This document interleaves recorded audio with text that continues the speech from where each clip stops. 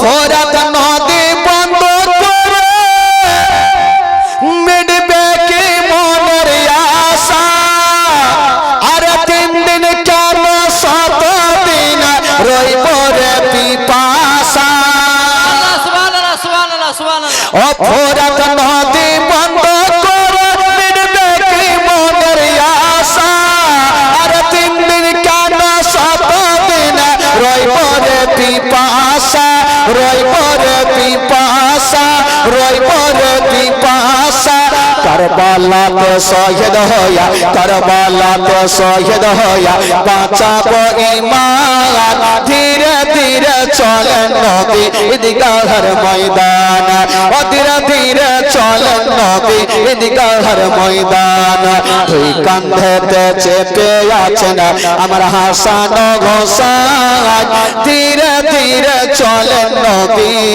ঈদগাহের ময়দান জোরে বলুন সুবহানাল্লাহ সুবহানাল্লাহ সুবহানাল্লাহ ইমাম হোসেন বলেছিল 3 দিন কেন শত শত দিন যদি আমার জন্য পানি বন্ধ হয়ে যায় তবু আমি ইয়াজিদের হাতে হাত দিয়ে মুরিদ হব না ইবনে সাদ ওই ফোরাত নদীর পানিকে বন্ধ করে দিলেন বাবা 7 তারিখ মুহররম মাসের 7 তারিখে ফোরাত নদীর পানি বন্ধ হইল এই যুবকেরা আচ্ছা বলুন তো আপনাদের গ্রামে মুহররম খেলা খেলছেন ভাই লাঠি খেলা খেলছেন খেলছেন না তো মাশাআল্লাহ সেদিন খুশি কারা মানিয়েছিল জানেন ইজিদরা এজিদেরা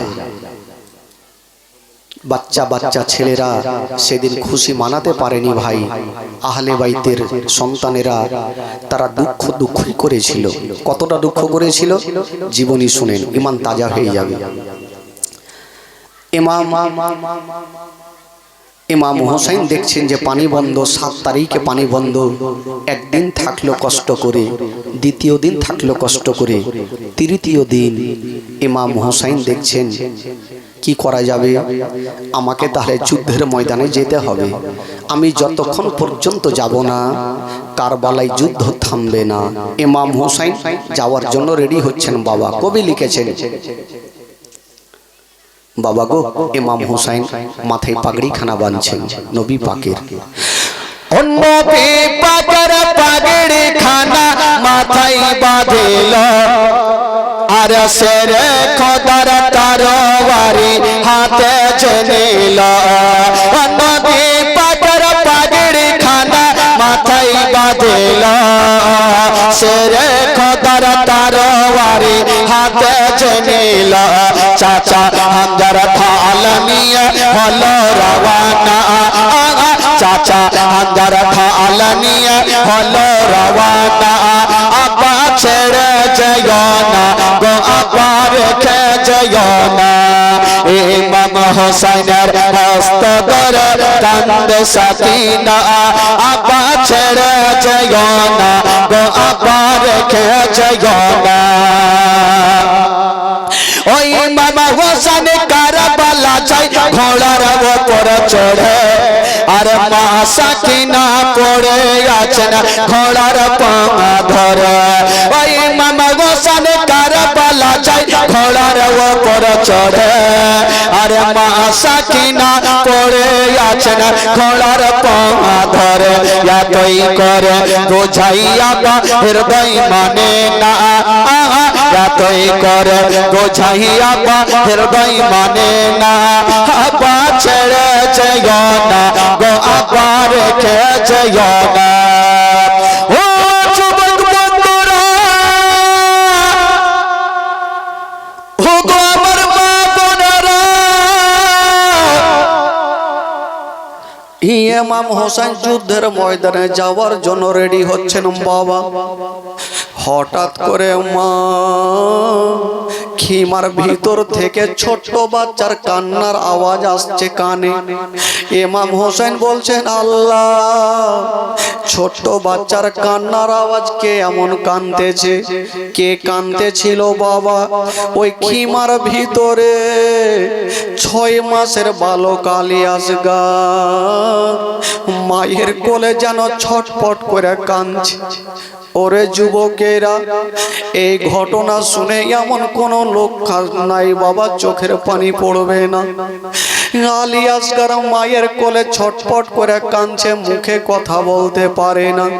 6 মাসের বালক মার কোলে যখন কাঁদছেন বাবা, আমার মা বোনেরা জানে যখন বাচ্চা বাচ্চি মায়ের কোলে কাঁদবে গো, মা সঙ্গে সঙ্গে স্থানে লাগিয়ে দুগ্ধ পান করাবে।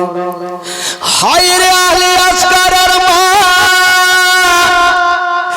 বলছেন, ওরে লাডলা দুলারা, ওরে কলেজারা পারা, ওরে নয়নের তারা, তুমি চিন্তা করো না বেটা, আমি তোমার মা, এখনই তোমাকে দুগ্ধ পান করা।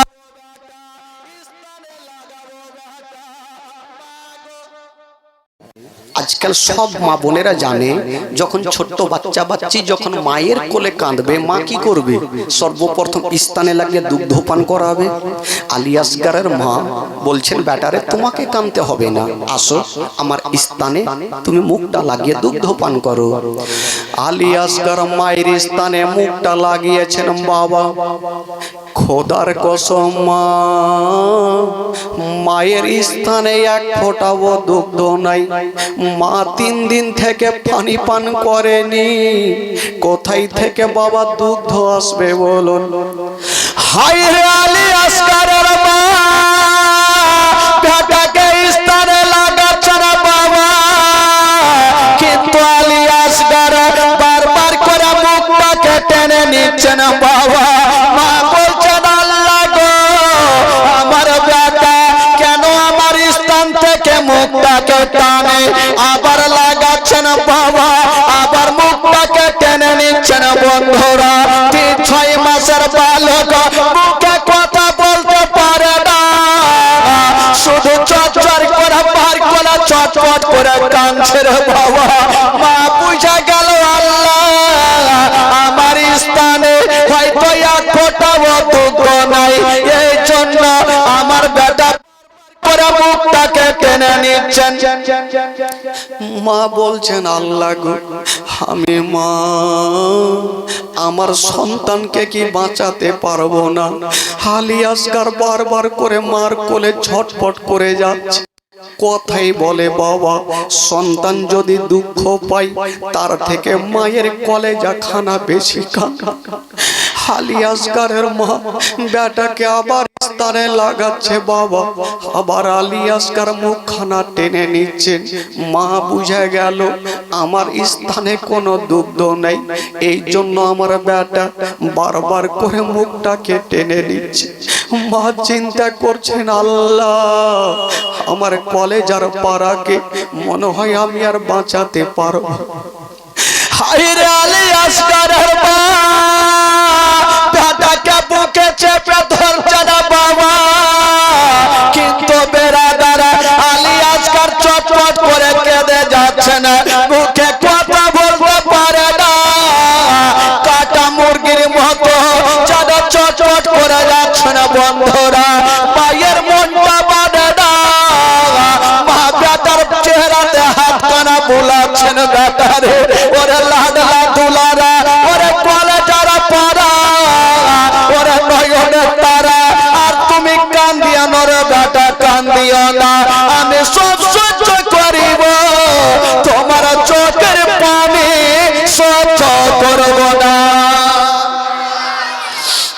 বেটা কান্দিও না, হাজার হইলেও মা সন্তানের দুঃখ কখনো দেখতে পারবে ভাই? কখনোই পারবে না। কিন্তু মা ভাবছেন, আল্লাহ এখন আমি কি করব? আমার স্থানে তো দুগ্ধ নাই, এখন আমি কি করব? হায় রে মা চিন্তা করছেন, আল্লাহ আমার স্থানে দুগ্ধ না থাকতে পারে, আমার জিহ্বাতে অল্প পানি আছে। দেখবেন বাবা গো, আমাদের জিহ্বা সব সময় ভিজা থাকে, বেটাকে, মা সন্তানকে বাঁচানোর জন্য বলছেন, বেটা রে চিন্তা করো না রে লাডলা, তুমি আমার জিহ্বা খানা চুষে নাও বেটা, আমার জিহ্বা খানে যদি চুষে নাও হয়তো এক ফোঁটাও পানি পাবে, তোমার জীবনটা বেঁচে যাবে। মা দেরি করলেন না, নিজের জিহ্বা খানা বেটার মুখে ঢুকিয়ে দিয়েছেন বাবা। আলী আসগার মায়ের জিহ্বা খানা চুষছেন বাবা, কিন্তু খোদার কসম মায়ের জিহ্বাতে এক ফোঁটা পর্যন্ত পানি নেই। সুবহানাল্লাহ। হায়রে আলী আসগার মার জিহ্বা খানা বর বর করে মুখে নিচ্ছে না আর ছেড়ে দিচ্ছে না বাবা। মা গো, আলী আসগারের মা বলছেন, বেটা রে ওরে লাডলা দুলারা কেন মুখটা টানছো বেটা? খোদার কসম মার যেন জিহ্বাতে পানি নেই। তবে বেরাদারে একটা কথা বলেন, হাতের তালু যদি বারবার এইভাবে ঘষটানো যায় তবে গরম হয়ে যাবে। আলী আসগার মার জিহ্বা খানা যখন বারবার মুখে নিচ্ছেন আর ছাড়ছেন, মার জিহ্বা খানা আগুনের মতো গরম হয়ে গেল। মার জিহ্বা খানা গরম, আলী আসগার জিহ্বা খানাকে ছেড়ে দিচ্ছেন। মার মনটা শান্তি হয় না, আবার জিহ্বা খানা আবার বেটার মুখে দিচ্ছেন। আলী আসগার মুখটাকে টেনে নিচ্ছেন। হায় রে আলী আসগারের মা বলছেন, আল্লাহ গো, আমি মা তো দূরের কথা এক ফোঁটা পানি দিতে পারলাম না। মা বেটাকে নিয়ে যেন ডুবে ডুবে কাঁদছে না। বন্ধুরা, এমন কোন মা নাই সন্তানের কষ্ট হলে মায়ের দিল খানা পাড়বে। আলী আসগারের মা ভাবছেন, আল্লাহ গো, যদি আমার কোলে থেকে আমার সন্তানের ইন্তিকাল হয়ে যায় তবে আমার স্বামী আমার মাথার তাজকে কি বলবো? একবার আমার সন্তানকে নিয়ে যাব আর আমার স্বামীর সামনে একবার দেখাবো। হায় রে মা, আলী আসগারের মা বেটাকে বুকে করে নিয়ে ইমাম হোসেনের সামনে গিয়ে দাঁড়িয়ে গেল। যেমনই দাঁড়িয়ে গেছেন বাবা বলছেন, মা গো, আলী আসগার বুকে কথা বলে না। ইমাম আলী আসগারের মা বলছেন, স্বামী গো, ও গো আমার মাথার তাজ, আপনাকে একটা কথা বলবো। বলছে, বলো তুমি কি বলবে? বলছে, স্বামী গো, যদি পারেন স্বামী গো, তবে যে আমার লাডলা দুলারা এক চুল্লু আপনি পানির ব্যবস্থা করে দেন। স্বামী গো, আমার বিয়ের পর থেকে নিয়ে আপনার কাছে কোনো জিনিস আমি দাবি করি এয়ার কন্ডিশনার বাড়ি, তাও আপনার কাছে আমি কোনো জিনিস চাইনি। স্বামী গো, এই যে আমার কোলের দিকে দেখেন, আমার লাডলা দুলারা কাটা মুরগির মতো ছটফট করছে। স্বামী গো, যদি পারে আমার বেটার জন্য। হায় রে ইমাম হোসেন বলেছিল, বিবি তুমি এমন কোন কথা আমাকে বললো বলো? তুমি যেইখানে আমি সেইখানে, তুমি কি জানো না ওই আজিদের সৈন্যরা ফোরাত নদীর পানিকে বন্ধ করে দিয়েছে? বিবি কোনো মতে পানি পাওয়া যাবে না। বিবির মনটা মানে না, বলছেন, স্বামী গো, ও গো আমার মাথার তাজ, আপনি আমার সন্তানের জন্য একটু পানির ব্যবস্থা করে দেন। কত কথা বলবো মা, এই ঘটনা যখন বইয়ে পড়েছিলাম চোখের পানি ধরে রাখতে পারিনি। মা বলছেন, স্বামী গো, স্বামী স্ত্রীতে কথা চলছে। 7 বছরের সাকিনা কানতে কানতে চলে আসলো, আব্বার হাত ধরেছে। আব্বা গো, আমাকে এত পিপাসিত লেগেছে আব্বা। আব্বা, তাও আমি পানির জন্য আপনার কাছে চাইবো না, আমি পানি চাইবো না আব্বা, আমি শান্তি পেয়ে যাব। আব্বা গো, একটু আমার 6 মাসের ভাই আলী আসগারের জন্য একটু পানির ব্যবস্থা করে দেন। কত কথা বলবো বাবা। 22 বছরের বেটা জয়নাল আবেদিন কানতে কানতে চলে আসলো। আব্বা আব্বা আমার গায়ে এত জ্বর লেগে আছে আব্বা, একটু পানি পেলে আমার একটু আরাম পেয়ে যেতাম, জ্বর ভালো হইতো আব্বা, তবু আমি পানি নেব না আব্বা। আমার 6 মাস ভাইয়ের আলী আসগারের জন্য একটু পানির ব্যবস্থা খানা করে দে। হায়রে সাকিনা, ভাইয়ের চেহারা খানা দেখছেন আর মাটিতে গোড় দিচ্ছেন বাবা। ইমাম হোসেন বেটিকে তুলে বুকখানে লাগিয়েছে, বলছেন বেটি সাকিনা তোমরা জানো না ওই আজিদের সুন্নরে পানি দেবে না। সাকিনা বলছেন আব্বা একটা কথা বলবো আব্বা। আরে বেটি কি বলবি বল। বলছে আব্বা গো এক কাজ করেন, আমার ভাইয়ের চেহারা যদি বাঘে দেখে বাঘের দিল পর্যন্ত গলে যাবে, আমার ভাইয়ের চেহারা যদি পাথরে দেখে পাথরের দিল গলে যাবে। আব্বা একটু আমার ভাইকে কোলে করে নিয়ে যান, ইয়াজিদের সৈন্যর সামনে একটু দাঁড়িয়ে থাকে, আমার ভাইকে দেখে যদি তাদের ময়া হয় একটু পানি দেবে। আব্বা গো আমার ভাই ছটপট করছে, আমি সহ্য করতে পারি না আব্বা। ওইদিকে জয়নাল আবেদিন কাঁদছে, একদিকে উম্মে কুলসুম কাঁদছে, জাইনাব কাঁদছে, সরবানু হাসারবানু সবাই কাঁদছে। 6 মাসের বালক আলী আসগার শুধু ছটপট করে যাচ্ছে। ইমাম হোসেন বলছেন ওরে আমার আলিয়ারা শুনে নাও, যখন তোমরা বলছো তবে আলী আসগারকে আমার কোলে দিয়া দাও। ইমাম হোসেন আলী আসগারকে নিয়ে এক ঘাড়ে তুলেছেন বাবা, আর বলছেন বিবি রে আমাকে ওই ঘরের মধ্যে থেকে একটা কলসি এনে দাও, যে কলসিতে 7.5 কেজি ওজনের পানি আটে, ওই কলসিটা এনে আমাকে দাও। বিবি গেল আর ওই কলসিটা এনে ইমাম হোসেনকে দিল। হাই রে ইমাম হোসেন এক ঘাড়ে আলী আসগারকে নিয়েছেন মা, আর এক ঘাড়ে চামড়ার কলসিটা নিয়েছেন বাবা, আর দুলদুলের উপরে চেপে যাচ্ছে। সাকিনা দূর থেকে বলছেন আব্বা আব্বা গো আমার ভাইকে একটু তাড়াতাড়ি করে পানি পান করিয়ে নিয়ে আসবেন আব্বা, আমার ভাইকে একটু বুকে করে নিয়ে আমি একটু চুমা খাবো, আরাম করবো আব্বা। ইমাম হোসেন বলছেন বেটি রে তোমরা চিন্তা করো না রে মা, তবে আমি জানি হয়তো আমার বেটাকে তারা পানি দিবে না রে মা। ইমাম হোসেন দুলদুলের লাগামটা টেনে দিয়েছেন বাবা, আলী আসগারের মা পিছন থেকে দেখছেন বাবা, আর মার মনে একটা সন্দেহ হয়ে গেল। মার মনে সন্দেহ হইল, মার জবান থেকে একটা কথা বেরিয়ে গেল, যাস না রে বাপ আলী আসগার কারবালার ময়দানে, কচি বুকে মারবে রে তীর, কচি বুকে মারবে রে তীর, সইবি রে বাপ কেমনে। মা বলতে থাকলো, আর আলী আসগারকে নিয়ে ইমাম হোসেন চলতে থাকলো। একদিকে সাকিনা কাঁদতে থাকলো, একদিকে সোহরবানু কাঁদতে থাকলো, জাইনাব উম্মে কুলসুম কাঁদতে থাকলো, আলী আকবর কাঁদতে থাকলো, আবুল কাসিম কাঁদতে থাকলো, সবাই কাঁদতে থাকলো। আর ইমাম হোসেন বেটাকে নিয়ে যেন বাবা ওই যুদ্ধের ময়দানে পৌঁছে গেল। যেমন যুদ্ধের ময়দানে যাওয়া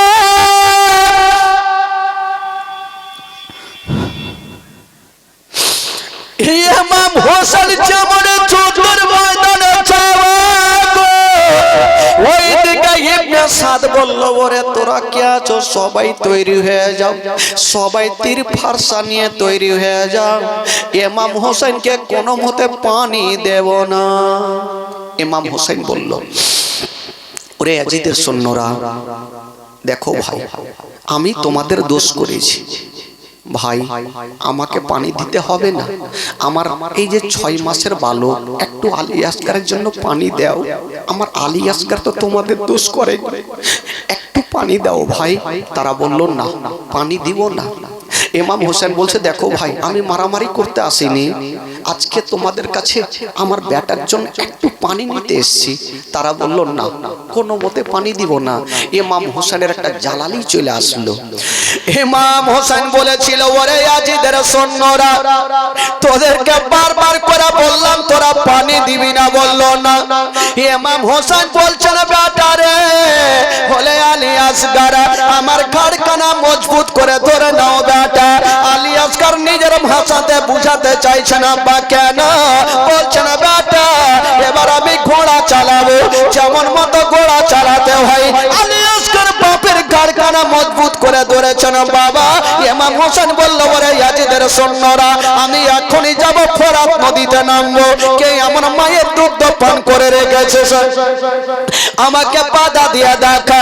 ইমাম হোসেন বলছে দুলদুল রে দেরি করো না, আমাকে তাড়াতাড়ি করে ফোরাত নদীতে পৌঁছে দাও। যেমন ইশারা করেছেন বাবা ওই দুলদুল ডানে দেখলো বামে দেখলো সামনে দেখলো পিছনে দেখছেন বাবা। পিছনে 22,000 সৈন্য দাঁড়িয়ে ছিল।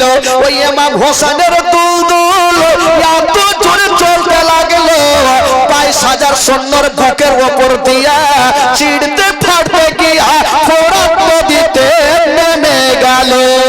সুবহানাল্লাহ সুবহানাল্লাহ সুবহানাল্লাহ। নারে তাকবীর, নারে রিসালাত, নারে হায়দারি, শহীদে কারবালা। ফোরাত নদীতে দুলদুল যখন নেমে গেল ইমাম হোসাইন বেটার দিকে দেখে না, নিজের দিকে দেখে না। কোন দিকে দেখছেন জানেন? ওই দুলদুল যে 22,000 সৈন্যর বুকের ওপর দিয়ে এসে এত গতি বেগে দুলদুলের সমস্ত চেহারা দিয়ে ঘাম ঝরছে। ইমাম হোসেন বলছে ওরে দুলদুল রে এই পানি আমার জন্য মানা, আমার সন্তানের জন্য মানা, তোর জন্য তো মানা নেই। আমি তোর লাগামটা ছেড়ে দিলাম, যত পারবি তুই পানি পান কর। ওই দুলদুল বাবা যখন ইমাম হোসাইনের অর্ডার পেয়ে গেল নিজের মুখখানা যেন বাবা পানিতে চুবড়ে দিয়েছে। যখনই পানিতে চুবড়েছে মা বাবা গো খোদার কসম পানি টান মারেনি, এক ফোঁটা ভুল কমে পানি যায়নি। কানটা খাড়া কইরা বাপ বেটার কথা শুনছে। ইমাম হোসাইনকে আলী আসগার নিজের ভাষাতে বুঝাতে চাইছেন আব্বা আব্বা আমাকে একটু পানি পান করিয়ে দেন আব্বা। আব্বা কেউ দিকে চিৎকার করছে গো। কমিটি ভাই একটু বস বস বস।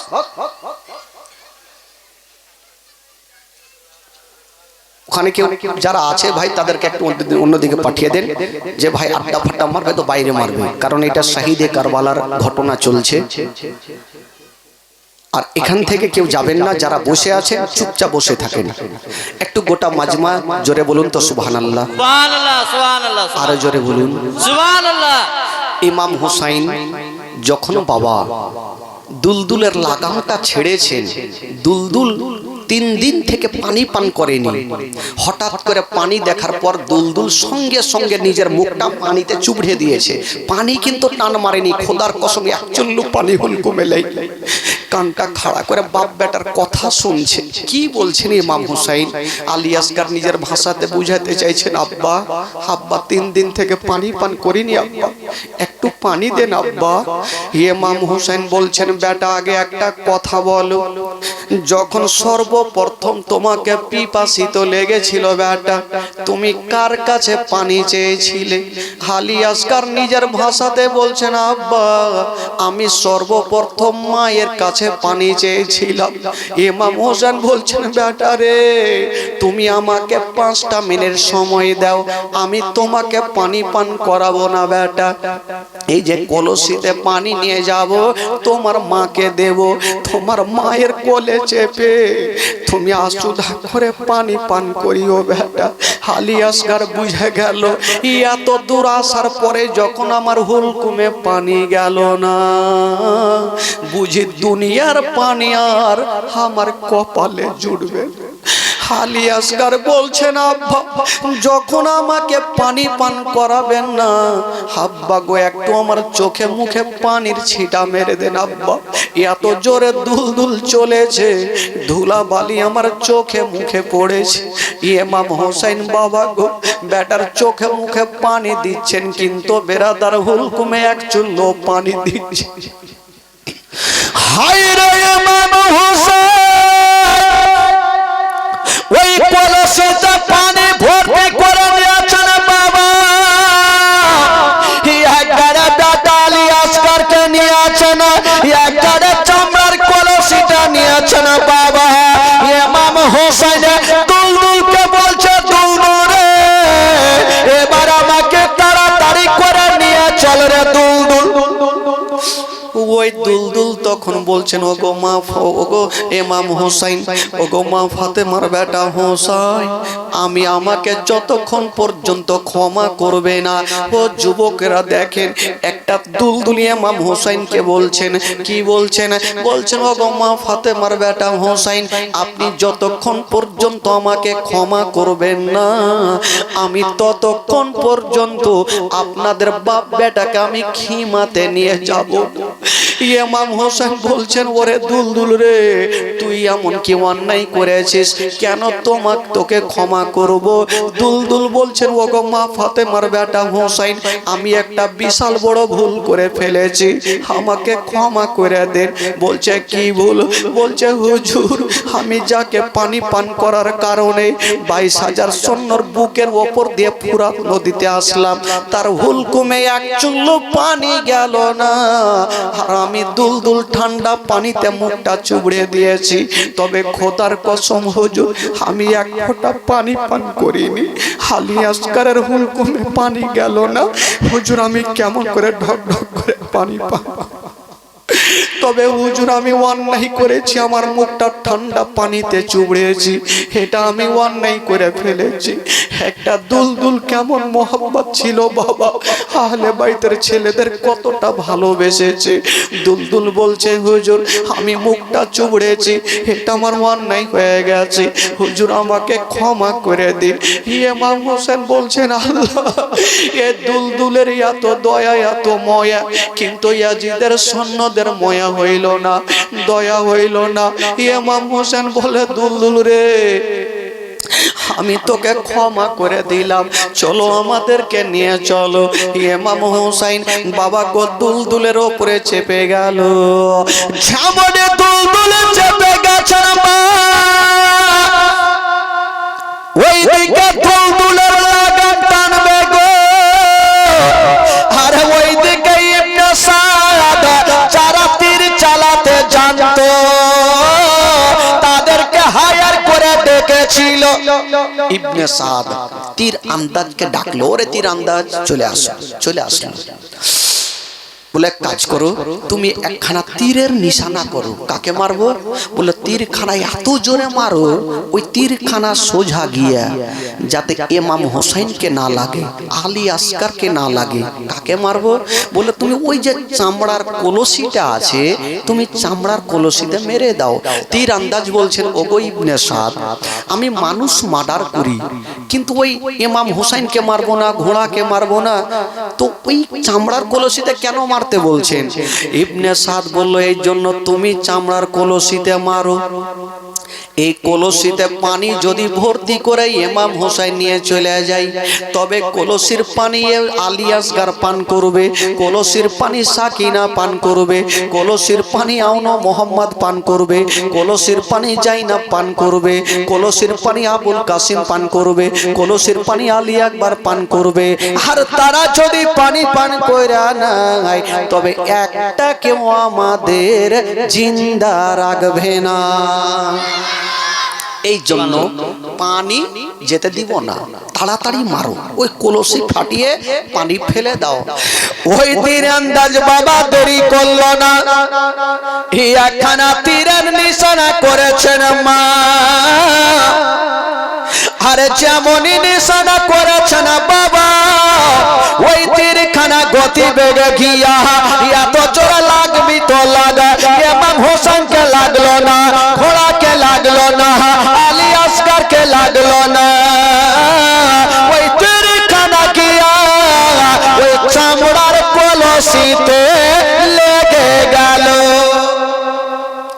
চামড়ার কলসিতে লেগেছে, একটা মুখ তো বাঁধা আছে, নিচের দিকে লেগেছে, মুখ একটা চালু হয়ে গেল। তো কলসির পানি যদি কলসি ফুটো হয় পানি তো পড়বেই, পানি কিন্তু ফোরাত নদীর পানি টস টস করে পড়ছে। আলী আসগার বাপের কোল থেকে দেখছে, আব্বা আব্বা গো, আমি যে মার কোলে চেপে পানি পান করতাম আব্বা, সমস্ত পানি তো পড়ে যাচ্ছে। আব্বা আমি মার কোলে চেপে কি পান করব? ইমাম হোসেন বলেছিল, বেটা ওরে বেটা আলী আসগার রে, তুমি চিন্তা করো না বেটা, এক্ষুনি তোমাদের পানি পান করিয়ে দিব বেটা, আমি এক্ষুনি পানি পান করাবো। ওই ইমাম হোসেন এক চুল্লু পানি নিয়েছে বেটাকে পান করার জন্য। বেটা ঘাড়ে, ইমাম হোসেন পানি নিয়ে ভাবছেন বেটাকে ঘাড় থেকে নামাবো, আমি নিজের হাতে বেটাকে পানি পান করাবো। কিন্তু দুনিয়ার পানি আর কপালে নাই মা।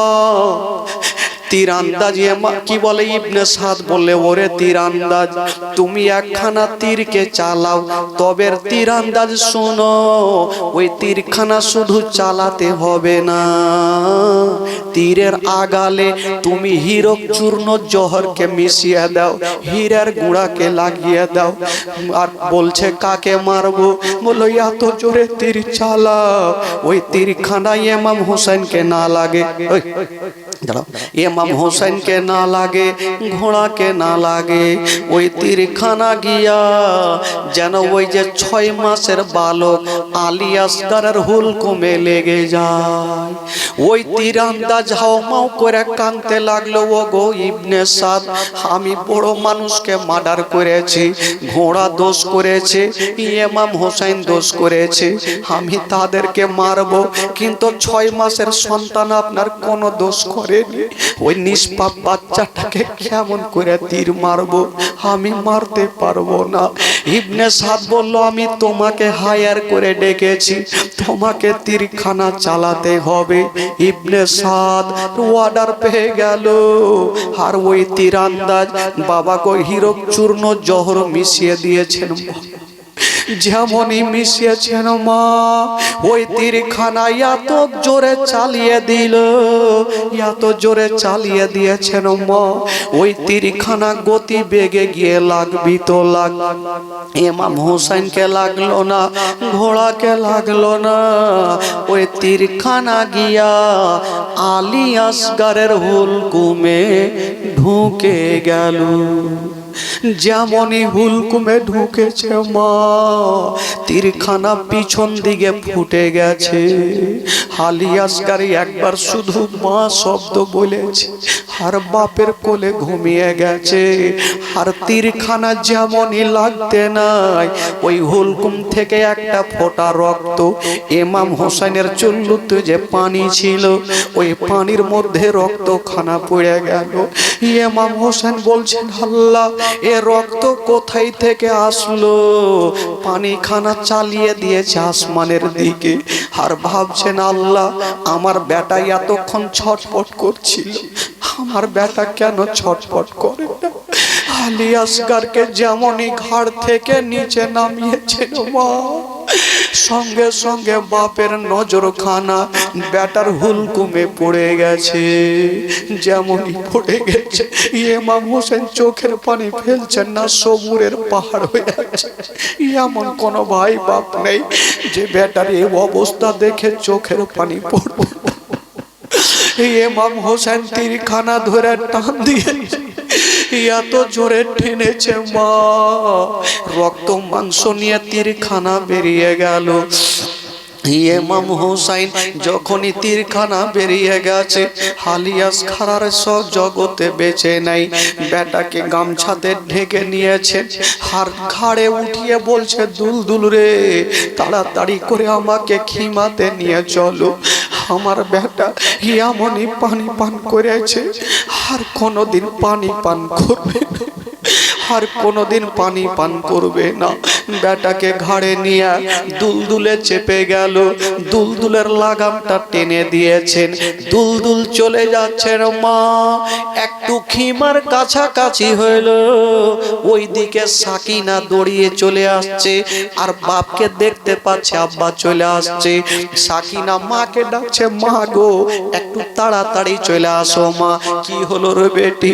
বলছেন মা গো দেখছো মা, আমি জানতাম আমার ভাইকে বাঘে দেখলে বাঘের দিল নরম হয়ে যাবে, পাথরে দেখলে পাথরের দিল নরম হয়ে যাবে। বলো কি হলো রে বেটি? বলছেন মা গো দেখো আমার ভাইকে পানি পান করিয়েছে। মা বলছেন বেটি রে তুই কেমন করে বুঝলি রে মা বল? বলছেন মা গো আমার ভাই যখন যাচ্ছিল মা তখন কাটা মুরগির মতো ছটপট করছিল, এখন হয়তো আমার আব্বা পানি পান করিয়েছে। দেখো আমার আব্বার কোলে আমার ভাই আরামে ঘুমিয়ে গেছে। বলছে বেটিরে একটু আসতে দাও।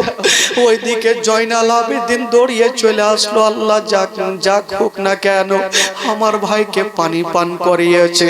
ইমাম হোসেন কাছাকাছি হইল, দুলদুল থেকে নেমে গেছে। খোদার কসম বিবি তাকিয়ে দেখছেন ইমাম হোসেনের শরীরে যেন রক্ততে লাল লাল হয়ে গেছে।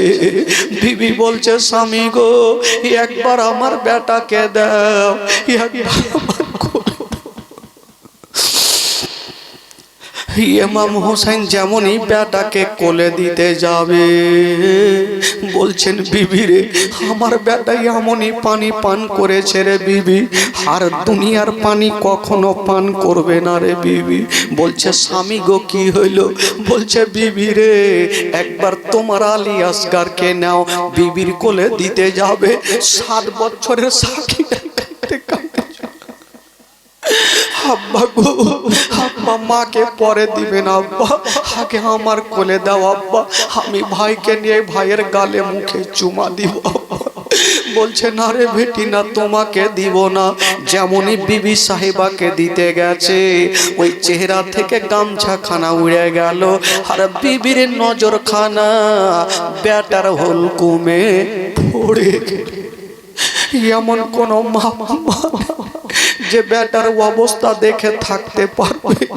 মা যেন আর দেরি করলেন না, জমিনে পড়ে গেছে।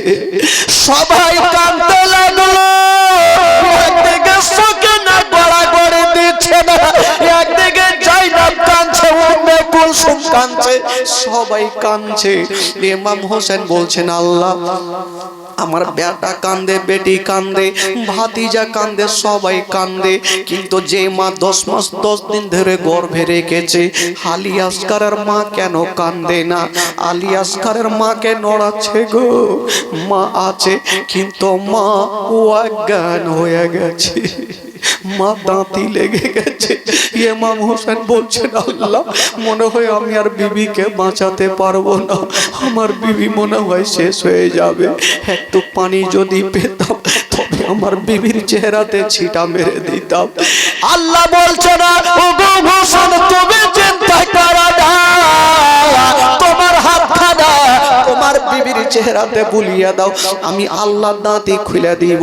ইমাম হোসেন বিবির চেহারাতে হাতখানা বুলিয়েছেন, সঙ্গে সঙ্গে দাঁতি খুলে গেল, আর বিবি সঙ্গে সঙ্গে আলী আসগারকে ধরে বুকখানে লাগিয়ে নিয়েছে। স্বামী গো ও গো আমার মাথার তাজ, কে এমন আমার বেটাকে কে দুশ্মন এত মেরেছে? তার দিলে কি ময়া হয়নি, তার দিলে কি দয়া হয়নি?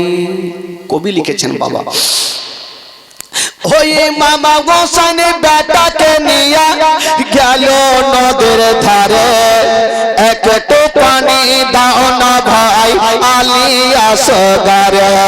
ও বেটাকে নিয়ে মামা হোসেন গেল নদীর ধারে, একটু পানি দাও না ভাই আলী আসগারে।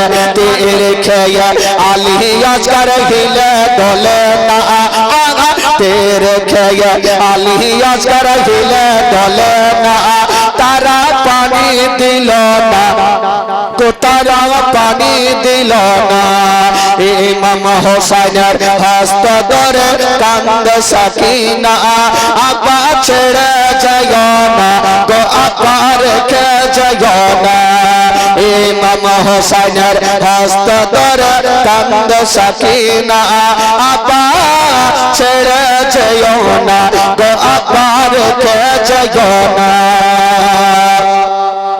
ওই মামা হোসেন বেটাকে নিয়ে খিমার মধ্যে গেল আপন কোল হতে স্বামী বিবির কোলে দিল ও বেটাকে নিয়ে মামা হোসেন খিমার মধ্যে গেল আপন কোল হতে স্বামী বিবির কোলে দিল বিবি বলে আর কত কাল সইব যন্ত্রণা বিবি বলে আর কত কাল সইব যন্ত্রণা তা তো প্রাণে সহে না গোস্বামী প্রাণে সহে না গোস্বামী প্রাণে সহে না গোস্বামী প্রাণে সহে না ইমাম হোসেনের হস্ত ধরে কান্দে সাকিনা আপা ছেড়ে যেও না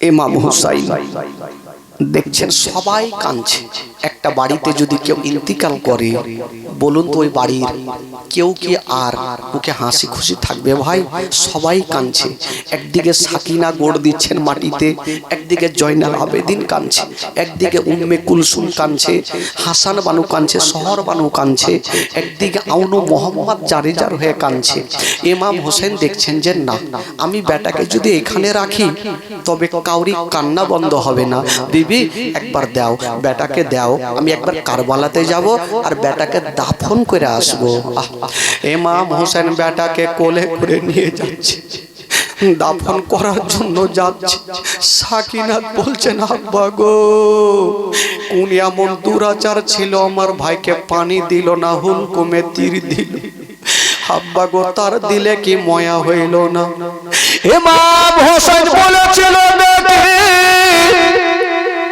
আমি জানতাম তার কোন বুঝে পানি দেবে না ইমাম হোসেন বেটাকে কোলে করে নিয়া বাবা গো ভাড়া করে নিয়া কারবালায় পৌঁছে গেল বন্ধুরা কারবালায় একটা কবর তৈরি করা হইল আর ওই কবরে আলী আসগরকে রেখে দিয়েছেন বাবা যেমনই মাটি দিয়েছেন মা তবে একটা কথা চিন্তা করেন মা গো বলুন ওই বাপমার অবস্থা সেদিন কেমন ছিল ওই 10 মুহররমের দিনে মা ইমাম হোসেন চজ্জর করে কেঁদেছিলেন বাবা কিন্তু চোখের পানি ফেলেন না দিলটা ফাটছে সবুরের পাহাড় হয়ে এখন পর্যন্ত দাঁড়িয়ে বেটাকে মাটি দিয়েছেন বাবা তবু ইমাম হোসেন চোখের পানি ফেলে না কেন জানেন ইমাম হোসেন ভাবছেন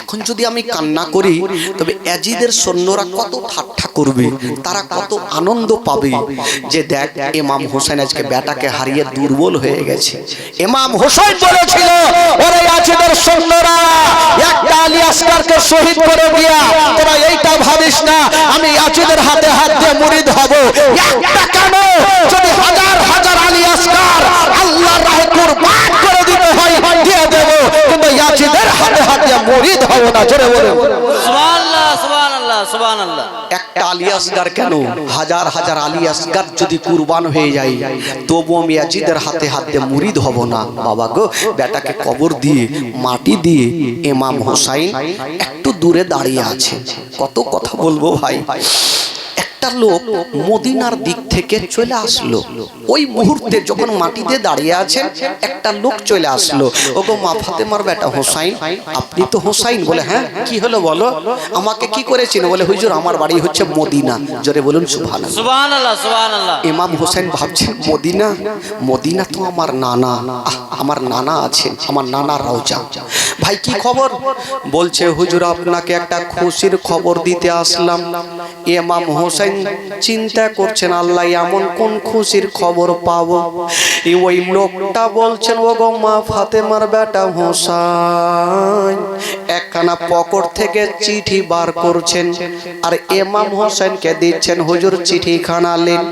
একটা পুটলি দিচ্ছেন, হুজুরে পুটলি খানা লেন। বলছে কেটা দিল? বলছেন হুজুর গো আমি যখন মদিনার গলি দিয়ে যাচ্ছিলাম একটা গাছের তলাতে দেখলাম আপনার 11 বছরের একটা সুগরা খাতুন গাছের তলাতে জারে জার হয়ে কাঁদছিল। আমাকে বলছিল চাচা গো চাচা আপনি কোথায় যাবেন চাচা? বললো কেন রে মা? বলছেন চাচা গো আপনি একটা আমার কাজ করে দেন না চাচা। বললো কি কাজ? বলছেন চাচা গো এই পুটলিখানা একটু আমার আব্বার কাছে পৌঁছে দেন চাচা গো। তবে চাচা আপনি পুটলিখানা আমার আব্বার কাছে নিয়ে যাবেন, আমার আব্বা আমাকে নিয়ে যায়নি চাচা। তবে চাচা গো আপনি আমার এত কাজ করে দেবেন চাচা, আপনাকে টাকা দিতে পারবো না, পয়সা দিতে পারবো না। তবে চাচা আমার আব্বাকে বলবেন, আমার আব্বা হয়তো আপনাকে কিছু দিয়ে দিতে পারে। ওই লোকটা বলছে হুজুর আমি অবাক হয়ে গেলাম। ওই বেটিটা আপনার নাম ধরে কাঁদতে লাগলো। আমি বললাম মা এই পুটলিতে কি আছে? বললে হুজুর আমার আব্বাকে দিয়ে দিবেন, আমার আব্বা খুলে দেখবে। ইমাম হোসেন ভাবছেন আল্লাহ আমি প্রথম চিঠিখানা পড়ে দেখে চিঠিখানা যেমনই পড়ছেন বাবা ওই সুগরা খাতুন চিঠির মধ্যে লিখেছেন আব্বা গো আমাকে ভুলে গেছেন আব্বা, আমার ভাই আলী আসগার কেমন আছে আব্বা, আমার বহিন সাকিনা কেমন আছে আব্বা, আব্বা গো আমার ভাই আলী আসগার কেমন আছে আব্বা, আমি আলী আসগারকে অনেক দিন থেকে দেখি। ওই সুগরা খাতুন আরো চিঠিতে লিখেছে আব্বা আপনার হাতে যে পুটলি খানা দিলাম ওই পুটলির মধ্যে একটা সুন্দর জামা তৈরি করেছি আব্বা, আমি নিজের হাতে আমার ভাইয়ের জন্য সেলাই করেছি আব্বা, আমি গাছের তলাতে বসে বসে আমার ভাইয়ের জন্য পুটকি বলে জামাটা তৈরি করেছি আব্বা, আমার জামাটা আমার ভাইকে দিয়ে দিও। এই পুটলি খানা খুলে দেখছেন একটা সুন্দর জামা রয়েছে রে বাবা, এমা বছর জামনের জামাটা দেখেছে বাবা, এমা বছর আর থাকতে পারলেন না, ও মা করে যেন কাঁদতে লাগলো। ওই লোকটা বলছেন হুজুর আপনাকে পুটলিটা দিলাম কিন্তু আপনি কেন কাঁদছেন? বলছে আমি কাঁদবো না তো কি করব, যার জন্য পুটলি খানা পাঠিয়েছে জামাটা পাঠিয়েছে আমি আমার বেটাকে এক্ষুনি মাটিয়ে দিলাম, আমি আমার বেটাকে কবরে রেখে দিয়েছি, আমি জামাটা কাকে দিব? ইমাম হোসেন ওই জামা খানার পুটলি কি বলে ও চিঠি খানা নিয়ে বাবা খিমাতে পৌঁছে গেল। বিবি সাহেবাকে দিয়েছে না বাবা যেমন দিয়েছে না মা, বিবি সাহেবা পুটলি খানা নিয়ে জামা খানা নিয়ে চারে চার হয়ে কাঁদতে থাকলো, সবাই কাঁদতে থাকলো। বাবা গো আলী আসগার সারা জীবনের মতো দুনিয়াটা ছেড়ে চলে গেল। সকলে পড়ো না ইন্না লিল্লাহি ওয়া ইন্না ইলাইহি রাজিউন। আল্লাহুম্মা সাল্লি আলা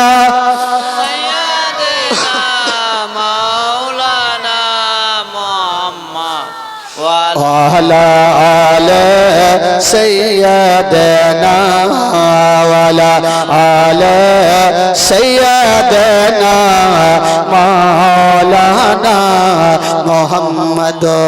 একবার মহব্বতে বলুন তো সুবহানাল্লাহ। গোটা মাজমা একটু দুই হাত তুলে বলুন সুবহানাল্লাহ, জোরে বলুন ইয়া রাসূলুল্লাহ। মাশাআল্লাহ। আপনাদের ঘুম লাগছে নাকি? হ্যাঁ চোখ ছোট ছোট করিয়ে না ভাই, একটু বড় বড় করে রাখবেন, ইমান তাজা হবে।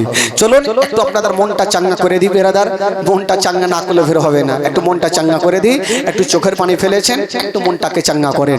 আমার সঙ্গে গোটা মাজমা জোরে সোরে পড়তে থাকুন, উর্দু ভাষায় আপনাদের ভাষাই হবে, জোরে সোরে পড়ুন। আয়ো হি করতে উনকা চর্চা আপন দিল दिल चमकाओ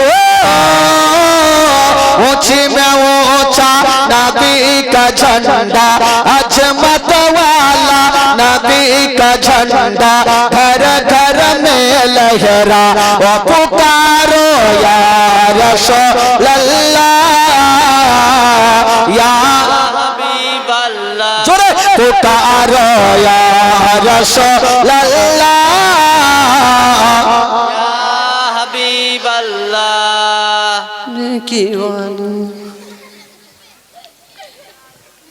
এরকম বললে কাজ হবে? এতগুলা লোক বৈশা আছে মাশাআল্লাহ, 3 দিন থেকে তো আজকাল লোক বেশি আছে, তা আওয়াজ তো বেশি হওয়া চাই ভাই। পড়াতে গুনহা যদি হয় আমাকে দিবেন, নেকি হইলে আপনারা ভাগ চুকরে বেটে নিয়েন এক জারা করকে। গোটা মাজমা আমার সঙ্গে পড়েন, কেউ চুপ করে থাকবেন না ভাই। গোটা মাজমা দিল তাজা হবে, গোটা মাজমা পড়ুন। পুকারো ইয়া রাসূলুল্লাহ ইয়া हबीब अल्लाह पुकारो या रसूल अल्लाह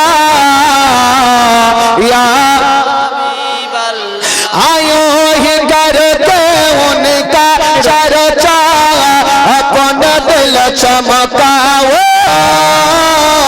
ऊंची में ऊंचा नबी का झंडा अजमत वाला नबी का झंडा रिफवत वाला नबी का झंडा घर घर में लहरा वो पुकारो या रसूल अल्लाह या हबीब जोरे पुकारो या रसूल अल्लाह या हबीब अल्लाह पुरनूर है जमाना सुबह सवेरे वलादत, पुरनूर है जमाना सुबह सवेरे वलादत। पर्दा उठा है किसका, पर्दा उठा है किसका, सुबह सवेरे वलादत।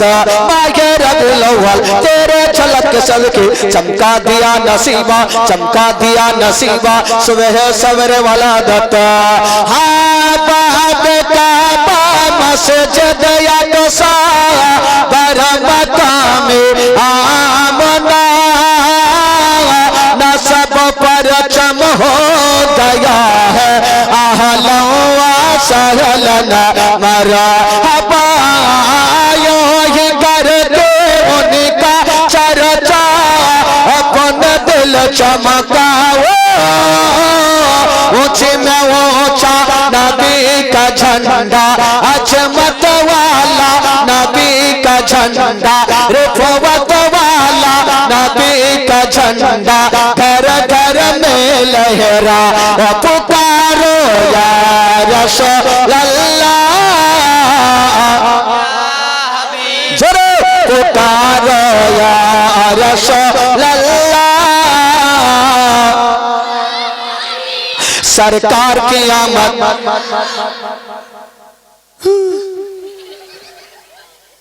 বাপ রে বাপ, এই ঠান্ডার দিনে মনে হয়েছে সব শুইতে গেছে, এরকম করলে হবে? গোটা মাজমা একটু হাত তুলে দেখাবেন, আমার নবী খুশি হবে। গোটা মাজমা হাত তুলবেন, তুলেন দেখি। সরকার কি আমদ, এভাবে তুলিয়েন, এভাবে দিয়েন না, হ্যাঁ কাকে লাগবে নাক মুখ ভাঙবে নাকি। গোটা মাজমা তুলবেন, তুলাতে গুনাহ হয় আমাকে দিয়ে দিয়ে, নেকি হলে আপনারা এক জারা করে নিয়ে পড়ুন, সঙ্গে সঙ্গে তুলবেন। সরকার কি আমদ, দিলদার কি আমদ, যারা মোচা বলো, যারা ঝমকা বলো, আউয়াল কি আমদ, আখির কি আমদ, জাহির কি আমদ, বাতিন কি আমদ, যারা ঝমকা বলো, সরকার কি আমদ, দিলদার কি আমদ, বাড়ি চলো বলছে, বাড়ি চলো, ফের বলছে মারহাবা, মানে ভাষা বুঝতে পারেনি নাকি। কিছু ফের থাকে না ইংরেজির বেটি, একটা ঘটনা মনে হয়ে গেল। একটা ইংরেজির বেটি ছিল জানেন, বিয়ে হয়েছে আপনাদের খোট্টাতে। তো বাপ কয়দিন বাড়িতে থাকে, বাপ তো সারা জীবন দিল্লি বোম্বাই খাটে। মা ছোট্ট বেটা, 2 বছরের বেটা, আদর যত্ন করছে। আর হঠাৎ করে প্রত্যেকদিন বাচ্চাকে পেচ্ছাপ লাগে, বলছে আম্মা কি হলো বেটা, পেচ্ছাপ করব। মা পেচ্ছাপ করিয়ে নিয়ে চলে আসলো। দ্বিতীয় দিন পেচ্ছাপ করবো, নিয়ে চলে আসলো। তৃতীয় দিন মা বলছে এই বেটা শোন, কি হলো মা, তুই পেচ্ছাপ কথা বলিস না, তোর মন মেজাজ ভালো করে না। কেন গে মা, কি বলবো? বলছে দেখ বেটা, যদি তোকে পেচ্ছাপ লাগে তো তুই বলবি আমি গান গাবো। দেখেন ইংরেজির বেটি বেটাকে শিখাইছে। তো বাচ্চা বাবা বাচ্চাকে যেটা শিক্ষা দিবে মা সেটাই তো শিখবে। আব্বা যখন পেচ্ছাপ লাগে মা গান গাবো, মা বুঝে গেল পেচ্ছাপ করবে, পেচ্ছাপ করে এলিয়ে চলে আসলো। দ্বিতীয় দিন মা গান গাবো, পেচ্ছাপ করে এলিয়ে চলে আসলো। 3-4 বছর কাটলো, যখন বাচ্চা পেচ্ছাপ কথা ভুলে গেল, গান কথা মুখে হয়ে গেল। 10 বছর পর বাপ কিন্তু বাড়ি এসছে। মা ভাবছে স্বামী যখন এসছে তো বাপ বেটা একটু আরামে ঘুমাক, আমি বাপের বাড়ি থেকে ঘুরে এসে তো বাপের বাড়ি চলে গেছে ইংরেজির বেটি। বাপ বেটাকে নিয়ে ঘুমিয়েছে, রাত 12টা বাজলো। আব্বা কি হলো বেটা? আব্বা গান গাবো। বাপ তো আর ইংরেজি বুঝে না, বলছে এই বেটা চুপ চুপ চুপ চুপ চুপ। বেটা ফের চুপচাপ থাকলো। সব পেচ্ছাপ কি থামা যাইবে? 10 মিনিট পর আব্বা কি হলো? গান গাবো। তোকে মারনু কি মারনু চড়, তুই এখন রাত 12টায় গান গাবি রে? তো আশেপাশের লোকজন বলবে যে বাপ দিল্লি বোম্বাই থেকে গান শিখাইছে আর বেটাকে রাত 12টায় গান গাইছে। বেটা রে তোর হাতে ধরি পায়ে ধরি তুই সকালে যত পারবি গাইস। বেটা ফের থামলো। 10 মিনিট পর আব্বা গান গাবো। এই বাপ দেখছে বেটাকে পারবো না। আরে বেটা জোরে জোরে গাইলে তো সবাই শুনে নিবে, তুই আস্তে আস্তে করে আমার কানে কানে গায়ে দে। বেটা ভাবলো জায়গা ভালো পেয়েছে, স্প্রিং খুলে দিয়া বাপের কালে দিলে হালহালিয়া। এমন গান গাইলে বেটা এটা কি মা আব্বা এটাই তো গান। কে শিখিয়েছে রে বেটা? মা। এই তো ইংরেজির বেটি। বেরাদার ইসলাম বন্ধুগণ বাবা, তবে ইংরেজির বেটিও দেশে আছে। আপনারা ভাষা বুঝতে পারেননি, তার জন্য যখন বললাম বাড়ি যাব তো বলছে মারহাবা। বুঝতে পারেনি, মানে অ্যাক্সিডেন্ট তো আর এরকম হবে না। এই করতে করতে করতে কাকে হুড়িয়ে দিয়ে পরে থেকে মনে হবে যে এদিকে গেলে বেঁচে যেতাম, এদিকে গেলে তো অ্যাক্সিডেন্ট হয়ে গেলাম। যাকে আপনাদের মনটা চাঙ্গা হয়ে গেছে, এবার আসুন ঘটনার দিকে আসুন। একবার মহব্বতে গোটা মাজমা একটু হাত তুলে বলে দেন সুবহানাল্লাহ। আর জোরে বলুন ইয়া রাসূলুল্লাহ। আচ্ছা বলুন তো ভাই, জীবনী বলতে বলতে কোথায় থেকে ছাড়লাম ভাই?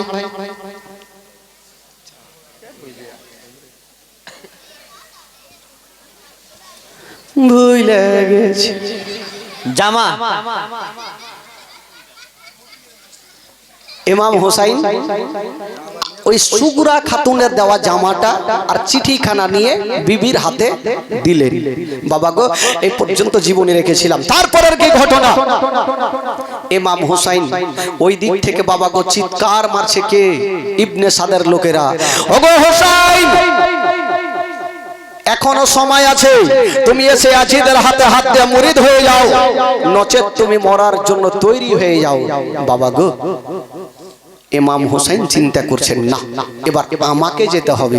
কিন্তু ইমাম হোসেনের একটা বহিনের নাম ছিল, যার নাম ছিল জাইনাব। ওই জাইনাব নিজের দুটা ছোট্ট ছোট্ট বেটাকে ডাক দিলেন। বয়স 11 এবং 12 বছরের ছিল, ছোট্ট ছোট্ট ছেলে। ডাক দিয়েছেন, দুটা বেটা চলে আসলো। মা কি হলো মা? বলছে বেটারে আচ্ছা বলো, আজকে একটা কথা বলবো বেটা, তোমরা মানবে? মাগো শুনেন ঘটনা খালা, আজকে শুধু দুঃখই দুঃখ মা। দুটা বেটা বলছেন মাগো এটা কেমন কথা বলছেন? তুমি তো আমাদের মা, 10 মাস 10 দিন ধরে গর্ভে রেখেছেন মা, তুমি বলবে আর আমরা মানবো না?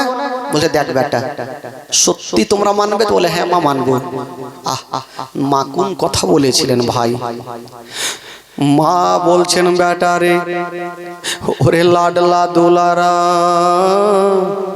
এখন কারবালার প্রান্তরে যুদ্ধ চলছে বেটা, বেটারে তোরা যা আর ওই কারবালার প্রান্তরে যুদ্ধ করে তোমরা নিজের গলা কাটিয়ে দাও বেটারে, আমি শহীদের মা হতে চাই। সুবহানাল্লাহ।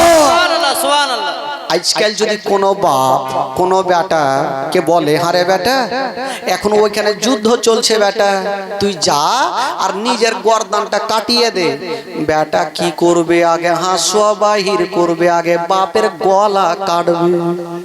হ্যাঁ আমি তো এখন দুনিয়া দেখিনি, আর এই মুহূর্তে আমি যাব নিজের গর্দান কাটাতে?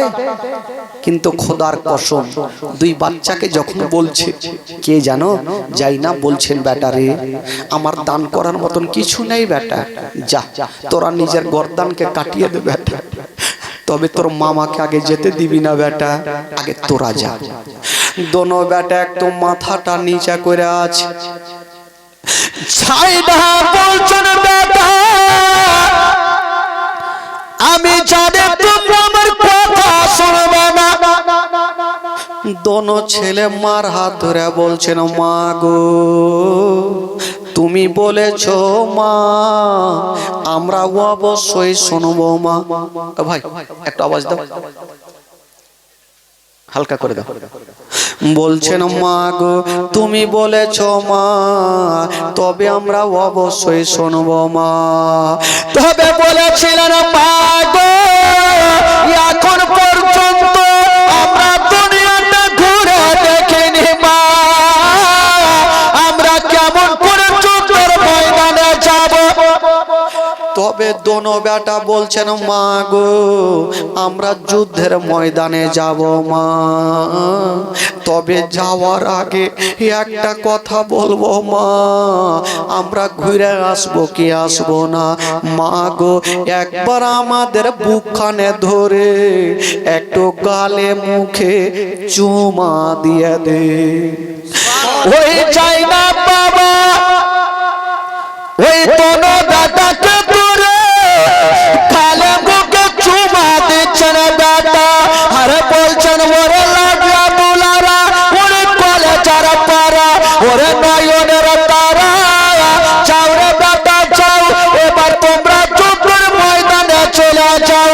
বাবা গো দোনো ছেলে বলছেন মা গো যাওয়ার আগে মা আমাদের সুন্দর করে আদর করে নেন মা। যাই না সেদিন কি দোনো বেটা কি বিয়ে বাড়িতে ভোজ খাওয়ার জন্য পাঠাচ্ছিলেন না, নিজের গর্দান কাটাতে পাঠাচ্ছি। কোথায়? যুদ্ধের ময়দানে। কেমন ছিলেন বাবা গো, আহলে বাইতের ছেলেরা কত কষ্ট করেছিল ভাই। দুটা ছেলে মার হাত ধরে বলছে মা মা গো আমরা তো যাব মা, তবে ঘুরে আসবো তার কোনো গ্যারান্টি নেই মা, আমরা ছোট্ট ছেলে মা, মা আমরা তো চলে যাব মা, একবার আমাদের গালে মুখে চুমা দিয়ে দে মা। জাইনাব দোনো বেটার গালে মুখে চুমা দি, দোনো বেটাকে সুন্দর করে সাজিয়ে দিচ্ছেন বাবা, আর বলছেন বেটা রে এবার তোমরা চলে যাও বেটা দুইখানা ছোট্ট ছোট্ট তরবারি হাতে, আর বলছেন বেটা যাও তোমরা যুদ্ধের ময়দানে চলে যাও। ওই দোনো ছেলে যেমন যুদ্ধের ময়দানে যাবে মাকে সালাম করে দিয়া ইমাম হোসেনের সামনে গিয়ে দাঁড়িয়ে গেছেন মামা গো ও গো মামা আমাদের খুশি মনে বিদায় দেন গো বাবা। ছোট ছোট ছেলে এত সুন্দর চেহারা, ইমাম হোসেন বলছে ওরে আমার ভাগনারা তোমরা যুদ্ধের ময়দানে যেও না। বলছে মামা গো মামা আমরা আগে গিয়ে নিজের গর্দান কাটাবো, মামা আপনাকে কোনো মতে যেতে দিব না। ইমাম হোসাইন দুটা ছোট্ট ছোট্ট জান্নাতি ফুল আলী রাসূল আউন মোহাম্মদকে বিদায় দিচ্ছেন বাবা। মার কাছে চলে আসলো মা গো আমরা মামার কাছে পারমিশন নিয়ে চলে আসলাম। হায়রে চাইনা ছোট ছেলেকে বিদায় দিচ্ছেন বাবা, এত দূর আগিয়ে গিয়েছেন এত দূর আগিয়ে গিয়েছেন মা, চাই না পিছন থেকে বেটা বলে ডাক দিয়ে দিলেন। পিছন থেকে মা বেটা বলে ডাক দিয়েছেন, দোনো ছেলে চলে আসলো। মা মা গো তুমি কি জানো না মা কেউ যখন দিল্লি বোম্বাই যায় পিছন থেকে ডাক দিতে নেই মা, মা আমরা তো যাচ্ছি মা তুমি কেন ডাক দিলে? মা বলছেন বেটা রে তোমাদের ডাক দিলাম একটা কথা বলার জন্য। বলছে কি কথা? বলছেন বেটা রে তোমরা যুদ্ধের ময়দানে যাচ্ছ যাও বেটা, কিন্তু তোমাদের দুইজনের মধ্যে কাউরি পিঠে যদি তীর লেগে যায় বেটা আমি তোমার মা দুধের ঋণ মাপ করব না। দোনো ছেলে বলছেন মা গো এটা কেমন কথা বলছেন মা, হাজার হাজার সৈন্যরা থাকবে, পিছন থেকে তীর চালাতে পারে মা, সামনে থেকে চালাবে, সাইড থেকে চালাবে, ডানে বামে চালাবে মা, পিঠে তো লাগতেই পারে। জাইনাব বলছেন বেটারে না, যদি তোমাদের পিঠে তীরে লাগে বেটা, আমি এটাই জানবো যে তোমরা যুদ্ধের ময়দান থেকে ভয়ে পালিয়ে আসছিলে বেটা, দুশ্মনেরা পিছন থেকে তীর মেরেছে বেটারে, তোমরা নবী বংশের ছেলে, তোমরা কখনো পিঠ দেখিয়ে পালিয়ে আসবে না বেটা। বেটারে যদি তোমাদের পিঠে তীর লাগে আমি জানবো তোমরা ভয়ে পালিয়ে আসছিলে, দুশ্মনেরা পিছন থেকে তীর মেরেছে। দোনো ছেলে বলছেন মা গো কথা দিলাম মা, আমরা পিঠে তীর লাগতে দিব না, দরকার হলে নিজের বুকে তীর নেব মা, কিন্তু পিঠে তীর লাগতে দিব না। ওই দোনো ছেলে তার বাড়ি ছোট ছোট নিয়া যেন যুদ্ধের ময়দানে পৌঁছে গেল। যেমনই পৌঁছে গেল ওই ছোট ছেলেটা ডাক দিচ্ছেন বড় ইয়াজিদের সৈন্যরা, আলী আসগারকে শহীদ করে দেওয়ার পরে এটা বাহাদুরির কাজ নয় রে, একবার আমার কাছে আয়, একটা কেউ জিন্দা রাখবো না। আই কে আমার মায়ের দুগ্ধ পান করেছিস, আমাদের মোকাবিলাতে আই। ইবনে সাদ বলল আরে ওই দুটা ছোট্ট ছোট্ট বাচ্চা এত হুঙ্কার মেরে ডাকছে, একটা লোককে বলছে যা, আর দুটা বাচ্চার গর্দানটা কেটে নিয়ে চলে, একটা লোক চলে গেল, গিয়ে বলছে ও ছেলেরা তোমরা কেন এসছো, বলে তোমাদেরকে মার্ডার করতে, নবী বংশের ছেলে তোমাদেরকে মারতে জবাই করতে। বলে না রে বাবা, তোমাদের চেহারা দেখতে ভালো লাগছে, যাও তোমরা মার কাছে যাও, নচে তোমরা বাঁচবে না, তোমাদের চেহারা দেখে ময়া লাগছে। দুটা বাচ্চা তার উত্তর কি দিচ্ছেন, বলছেন ওরে শয়তানেরা রে, আমাদের চেহারা তোদের দেখে ভালো লাগে রে, হোসেনের চেহারা কি তোদের ভালো লাগে না, আমাদের চেহারা ভালো লাগে রে, আলী আসগারের চেহারা কি তোদের ভালো লাগে না, আমাদের চেহারা ভালো লাগে রে। কি বলে ওই মোহাম্মদ ইব্রাহিমের চেহারা কি তোদের ভালো লাগছিল না, আমাদের চেহারা ভালো লাগে রে, আবুল কাসিমের চেহারা কি ভালো লাগে না, আমাদের চেহারা ভালো লাগে রে, জয়নাবের চেহারা কি ভালো লাগে না, আমাদের চেহারা ভালো লাগে রে, সাকিনার চেহারা কি ভালো লাগে না, যে তাদের জন্য তোরা পানি বন্ধ করে দিয়েছে। এই কথা বলতে নাই ওই লোকটার মাথা গরম হয়ে গেল, বললো ঠিক আছে তাহলে কাজ করো, তোমরা যখন মানবে না তবে রেডি হয়ে যাও যুদ্ধের জন্য।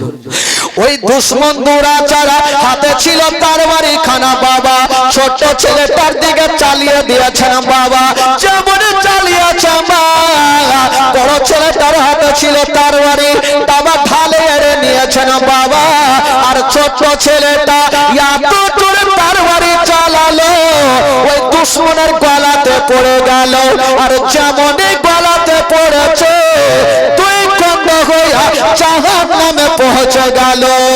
তাকবীর, নারে তাকবীর, ইমাম হোসেন, ইমাম হোসেন। দুই খণ্ড হয়ে পৌঁছে গেল। ইবনে সাদ বলল বাপরে, এ তো নবী বংশের ছেলেকে পারা যাবে না, আর একজন চলে আসলো, আবার যুদ্ধ শুরু হইল, ওই দুশ্মনকেও দুনিয়া থেকে সরিয়ে দিল। তবে ইবনে সাদ বলল এক কাজ করো, আসো এই দোনো বাচ্চার মোকাবিলাতে একাই একাই গিয়ে হবে না, একই সঙ্গে রেডি হয়ে যাও। তবে বেরাদার বন্ধুগণ বাবা একই সঙ্গে রেডি হয়ে গেল, যুদ্ধের জন্য প্রস্তুত হয়ে গেল।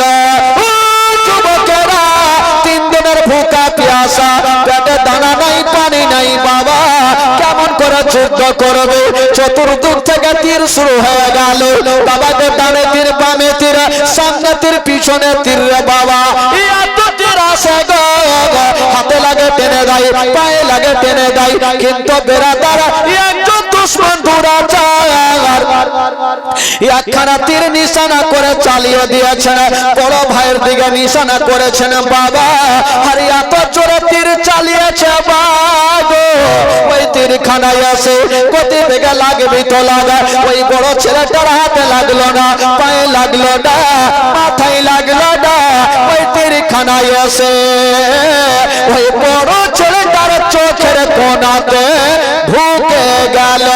যেমন ঢুকেছে না বাবা, ওই বড় ভাই অজ্ঞান হয়ে যেন জমিনে পড়ে গেল। বড় ভাই অজ্ঞান হয়ে জমিনে পড়েছে। দুশ্মন দুরাচারীরা তীর চালাচ্ছে। ছোট্ট ভাই দেখছে আমার বড় দাদা তো পড়ে গেছে, আমি কি করব? ছোট্ট ভাইয়ের হাতে ছিল তরবারি খানা, চতুর্দিকে চালাচ্ছে ভাই। কিন্তু এক দুশ্মন দুরাচার এত জোরে একখানা তীরের নিশানা করেছেন ছোট্ট ছেলেটার দিকে। বাবা গো তীরখানা চালিয়ে দিল। ওই তীরখানা গতি বেগে এসে লাগবি তো লাগ। ছোট্ট ছেলেটার হাতে লাগলো না, পায়ে লাগলো না, মাথায় লাগলো না। ওই তীরখানা এসে ওই ছোট্ট ছেলেটার পিঠে ঢুকে গেল।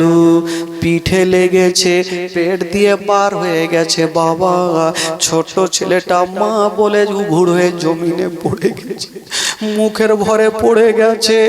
যেমনই মা বলে পড়েছে, মার কথা স্মরণ হয়ে গেল। মা বলেছিল, বেটারে যদি তোমাদের পিঠে তীরে লাগে বেটা, আমি তোমার মা দুধের ঋণ মাফ করব না। ছোট্ট ছেলেটা বলছেন, আল্লাহ আল্লাহ গো, যদি আমার মরণ হয়ে যায়, আমার মা পিঠে তীর দেখলে দুধের ঋণ মাফ করবে না। ওই ছোট্ট ছেলেটা ওই নিজের হাতখানা তীরখানা ধরার চেষ্টা করে, কিন্তু তীরখানা ধরতে পারে না। ডাক দিচ্ছেন, দাদা গো, দাদা গো, একবার আমার কাছে চলে আসো দাদা।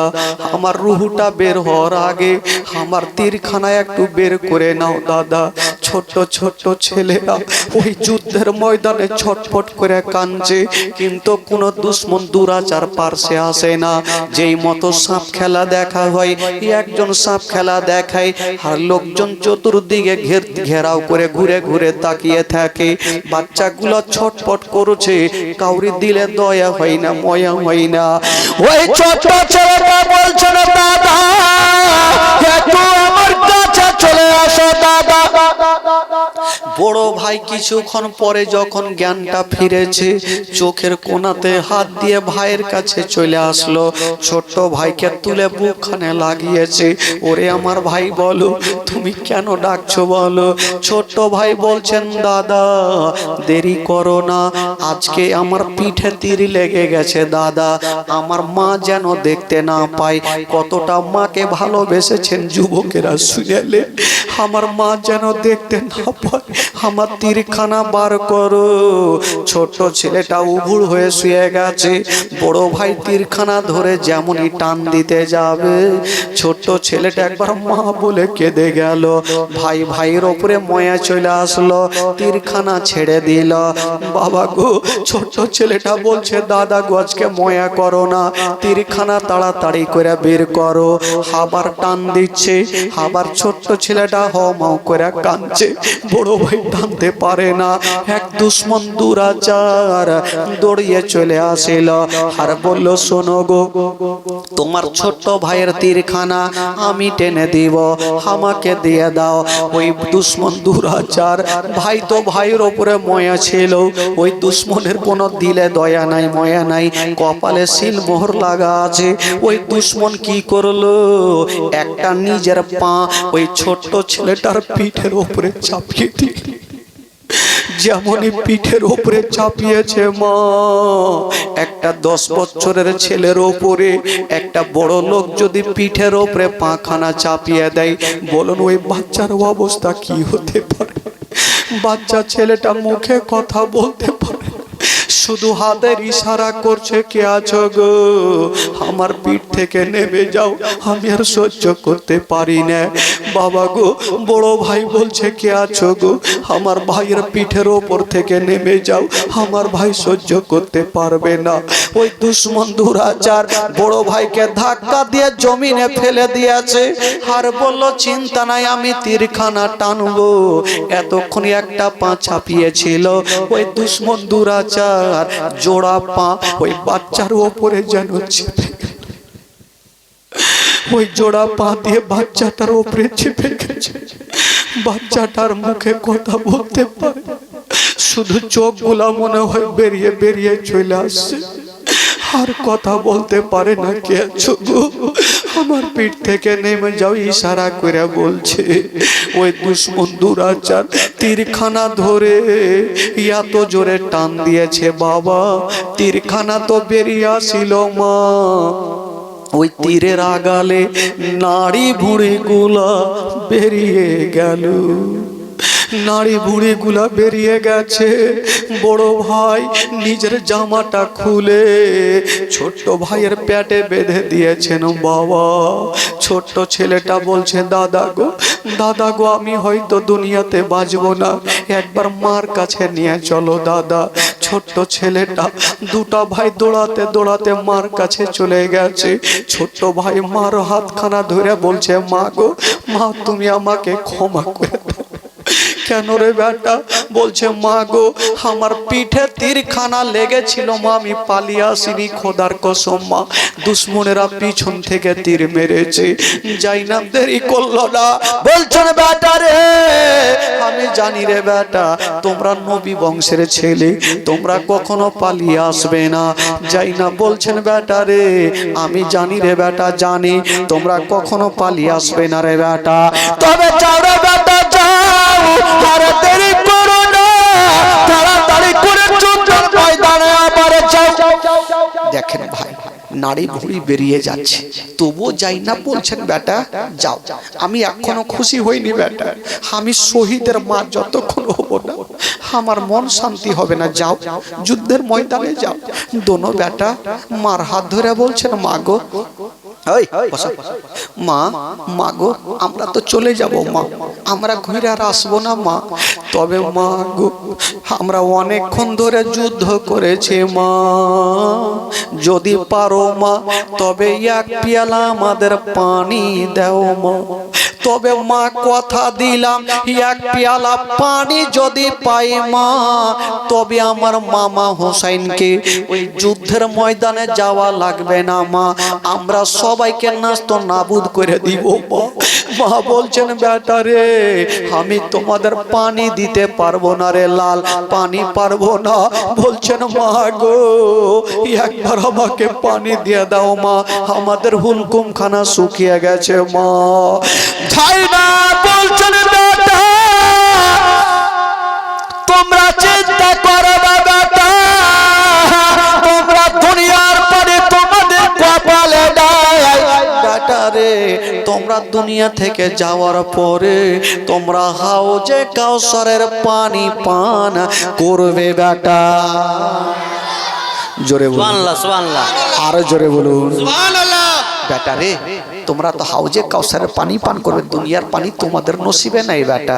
দোনো ছেলে দেখলেন যে না, আর থাকা যাবে না, মার অর্ডার হয়েছে, যেতে হবে, গর্দানকে কাটাতে হবে। দোনো ছেলে আবার মাকে সালাম করে দিয়া, মা মামাকে সালাম করে দিয়া বাবা যুদ্ধের ময়দানে পৌঁছে গেল। যেমন যেতে নাই বাবা, আবার যুদ্ধ শুরু হয়ে গেল। দুই ছেলের হাতে ছিল তরবারি খানা, বাবা যুদ্ধ চলছে রে বাবা, যেদিকে চালিয়ে দেয় দুই চারটা কেটে জাহান্নামে পৌঁছে দেয়। তবে যুবক বন্ধুরা, যার শরীরে নবী বংশের রক্ত আছে গো, তার মোকাবিলাতে কেউ টিকতে পারে না, কেউ বাঁচতে পারে না। বাবার ভাইরা, ওই দুশ্মন দুরাচার এত তীরখানা চালিয়েছে না বাবা, কথাই বলে মারলে মার খেতে হয় বাবা। একদিকে 22,000 সৈন্য, দুই ছেলে কতক্ষণ যুদ্ধ করবে, আর চলতে পারে না বাবা, জমিনে পড়ে গেছে। আর দুশ্মনরা দরিয়ায় এসে ওই বাচ্চা গুলাকে জিঞ্জির লিয়ে বেঁধে দিয়েছে না বাবা, হাতে জিঞ্জির, পায়ে জিঞ্জির টাইট করে বেঁধে দিয়েছে না। এক দুশ্মন দুরাচার গেল আর বলছে, ছেলেরা এবার তোমরা মরার জন্য তৈরি হয়ে যাও। চলে বলছে ঠিক আছে আমরা বাঁচতে চাই না, আমরা মাকে কথা দিয়ে এসেছি আমরা গর্দানকে কাটিয়ে দেব, যাও যাও তোমরা তরবারি চালিয়ে দাও, আমরা দুনিয়াতে থাকতে চাই না। বাবা গো ওই দুশ্মন দুরাচারা বাচ্চাগুলো শুয়েছিল বাবা, ওই দুশ্মন দুরাচারা ছোট্ট ছেলেটার দিকে তরবারি চালাতে গেছে।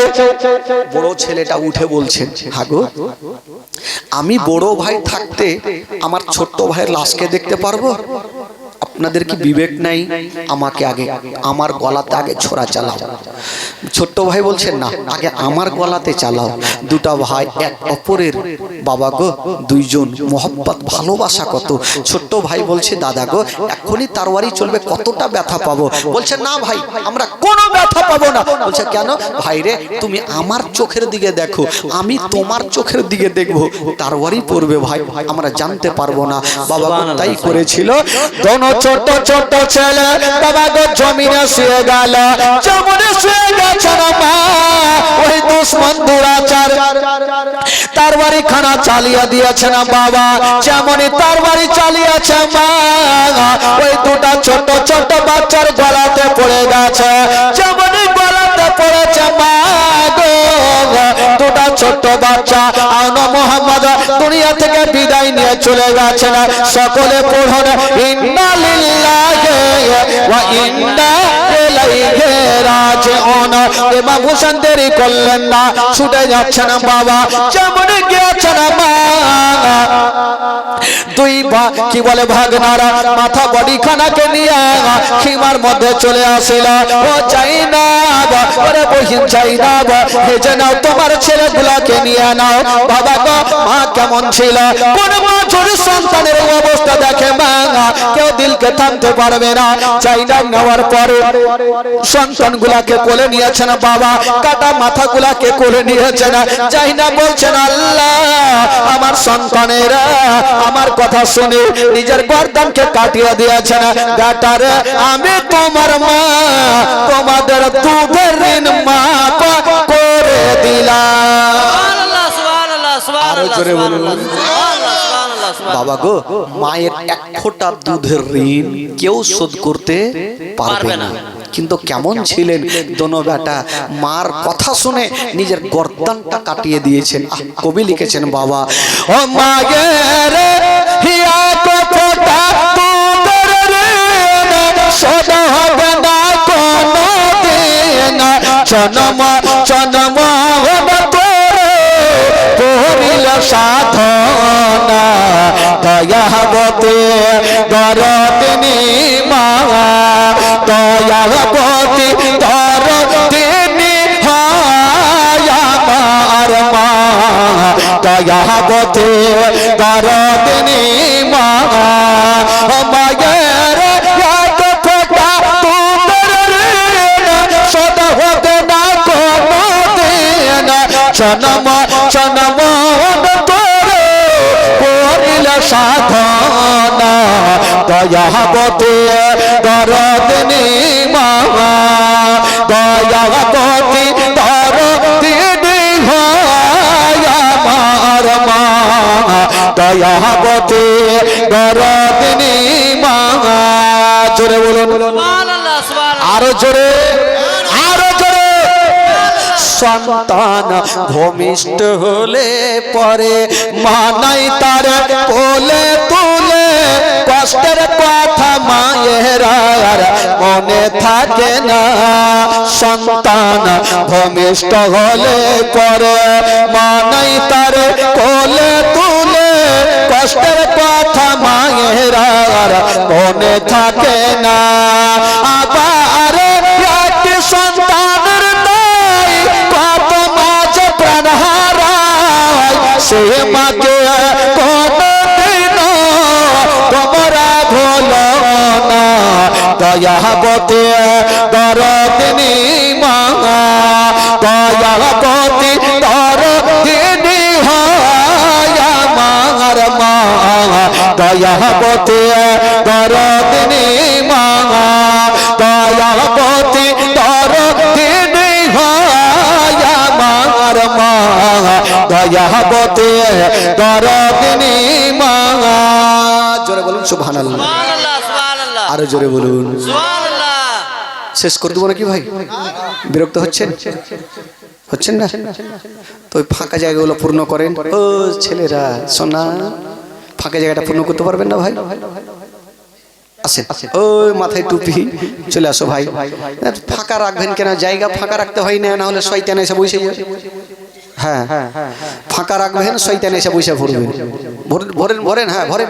সামনে 1 বিঘে জায়গা ফাঁকা আছে, এর আগে দেখেন তো কত পুল ফেলার মতন বসে আছে, চুহাও ঢুকতে পারবেন। হ্যাঁ, এত সুন্দর হয়ে বসেছে আমার কাঞ্জুসের বেটিরে, গালি দিলি খালা। আসুন একবার দরুদ পাক পড়ুন, একটু মনটা আপনাদের চাঙ্গা করব। আর ইনশাআল্লাহুল আজিজ রাত্রি প্রায় 11:30 হইতে চলল। জীবনের নিয়ম হলো 1.5 থেকে 2 ঘন্টা, কিন্তু আমি এখানে 3 ঘন্টা করে বলি। বেরাদার, আপনাদের মহব্বত ভালোবাসা আছে, আর আমরা তো টাটকা যুবক ছাইলা, বুঝতেই পারছেন। বুড়া ঠুড়া হইলে ব্যাপার আলাদা ছিল। 2 ঘন্টা বলতাম, বিনা দাঁতের চলে যেতাম। তবে আপনারা বসে আছেন, এ ভালো লাগছে, দেখতেও ভালো লাগছে, আর আমাকেও বলতে ভালো লাগবে। লোক থাকলে, বক্তার সামনে লোক থাকলে এমনিতে ভালো লাগে। আর আমাদের স্টেজে হাজার হাজার লোক থাকে ভাই। এখানে গোটা পশ্চিমবঙ্গে আমার ঘোরা হয়ে গেছে, এমন কোনো কোনা নেই, ডিস্ট্রিক্ট নেই পশ্চিমবঙ্গের যে আমার যাওয়া হয়নি। আসাম থেকে নিয়ে, কুচবিহার থেকে নিয়ে, কলকাতা, 24 পরগনা, উত্তর দক্ষিণ সব জায়গা ঘোরা হয়ে গেছে, কিন্তু আপনাদের চাঁদপুরে জীবনে আসতে পারিনি। মালদা ডিস্ট্রিক্টের ছেলে হয়ে এখানে নতুন আসলাম। তো নতুন নতুন যখন যাবে তো আদর তো বেশি হবে, ভালো। নতুন জামাইয়ের আদর খুব ভালো হয়, তো আমার আদর ভালো হয়েছে, এই জন্য একটু বলছি ভাই। তবে আপনাদের এখানে যা বললাম ওই যে পাটুয়াতলিতে বাপরে বাপরে 5 ঘন্টা, আপনি চিন্তা করেন 5 ঘন্টা। পশ্চিমবঙ্গে কে বলবে ভাই 5 ঘন্টা? তো লোক ছিল এরকম জমজমাট লোক ছিল, 5 ঘন্টা বললাম। তবে বেরাদার বন্ধুগণ, ভালোবাসা ইনশাআল্লাহুল আজিজ জীবনী শুনলে হবে না, তবে একটু শোনার পরে একটু আমল করতে হবে, তাহলেই তো বক্তাকে বলতে ভালো লাগবে।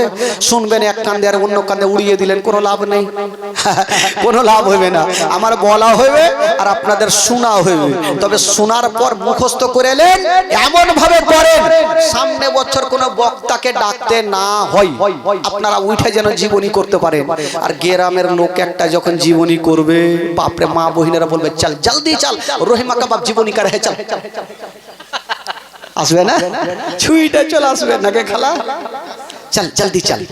এই তো অবস্থা ভাই। তো মুখস্থ করে এলেন যাতে আর পরের বছর কোনো বক্তাকে ডাকতে না হয়। আর আমি এমন ভাবে জীবনী করি ভাই, প্রত্যেকটা কথা আমার বুঝতে পারবেন, এমন কোনো নাই যে আমার কথা বুঝতে পারবে না, সবাই বুঝতে পারবেন। তবে আসুন একটু মনটা চাঙ্গা করে দিই, একটা ঘটনা বলবো, বলতে বলতে 12টা এমনিতে পার হয়ে যাবে। আসুন একবার জোরে সোরে গোটা মাজমা দরুদ পাক করেন। আল্লাহুম্মা সাল্লি আলা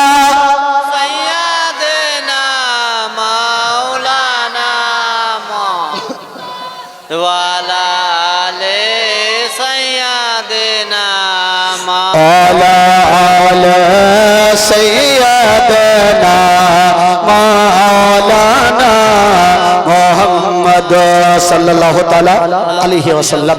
একটু আমার সঙ্গে একটু গোটা মাজমা দিল থেকে প্রাণ থেকে পড়ে, তাতে বুঝতে পারবে এলাকার লোক চানপাড়া, মারওয়াবাদী, শেখপাড়াতে জীবনী চলছে। গোটা মাজমা পড়েন। আমার জান মদিনা, আমার প্রাণ মদিনা, ভুলে যেতে চাইলে ভোলা যায় না। আমার জান মদিনা, আমার প্রাণ মদিনা, আমার জান মদিনা, আমার প্রাণ মদিনা, ভুলে যেতে চাইলে ভোলা যায় না। আমার জান মদিনা, আমার প্রাণ মদিনা, আমার জান মদিনা, আমার প্রাণ মদিনা, ভোলা যেতে চাইলে ভোলা যায় না। না ভুললে আমি কি করব? মাইকম্যান ভাই একটু তুমি মাইকে কথা বলবেন, একটু ওদের আওয়াজ নিব, তাহলে তো মাইকে কথা বলে বুঝে যাবেন। আপনারা বলিয়েন না, মাঝে মধ্যে সুবহানাল্লাহ বলবেন, ঠিক আছে, বলিয়ে না, কোন ভুল ভাল বল দিবেন, মুশকিল আছে। হ্যাঁ, গোটা মাজমা আমার সঙ্গে বলেন ভাই, গোটা মাজমা জোরে সোরে বলবেন। আমার জান মদিনা, আমার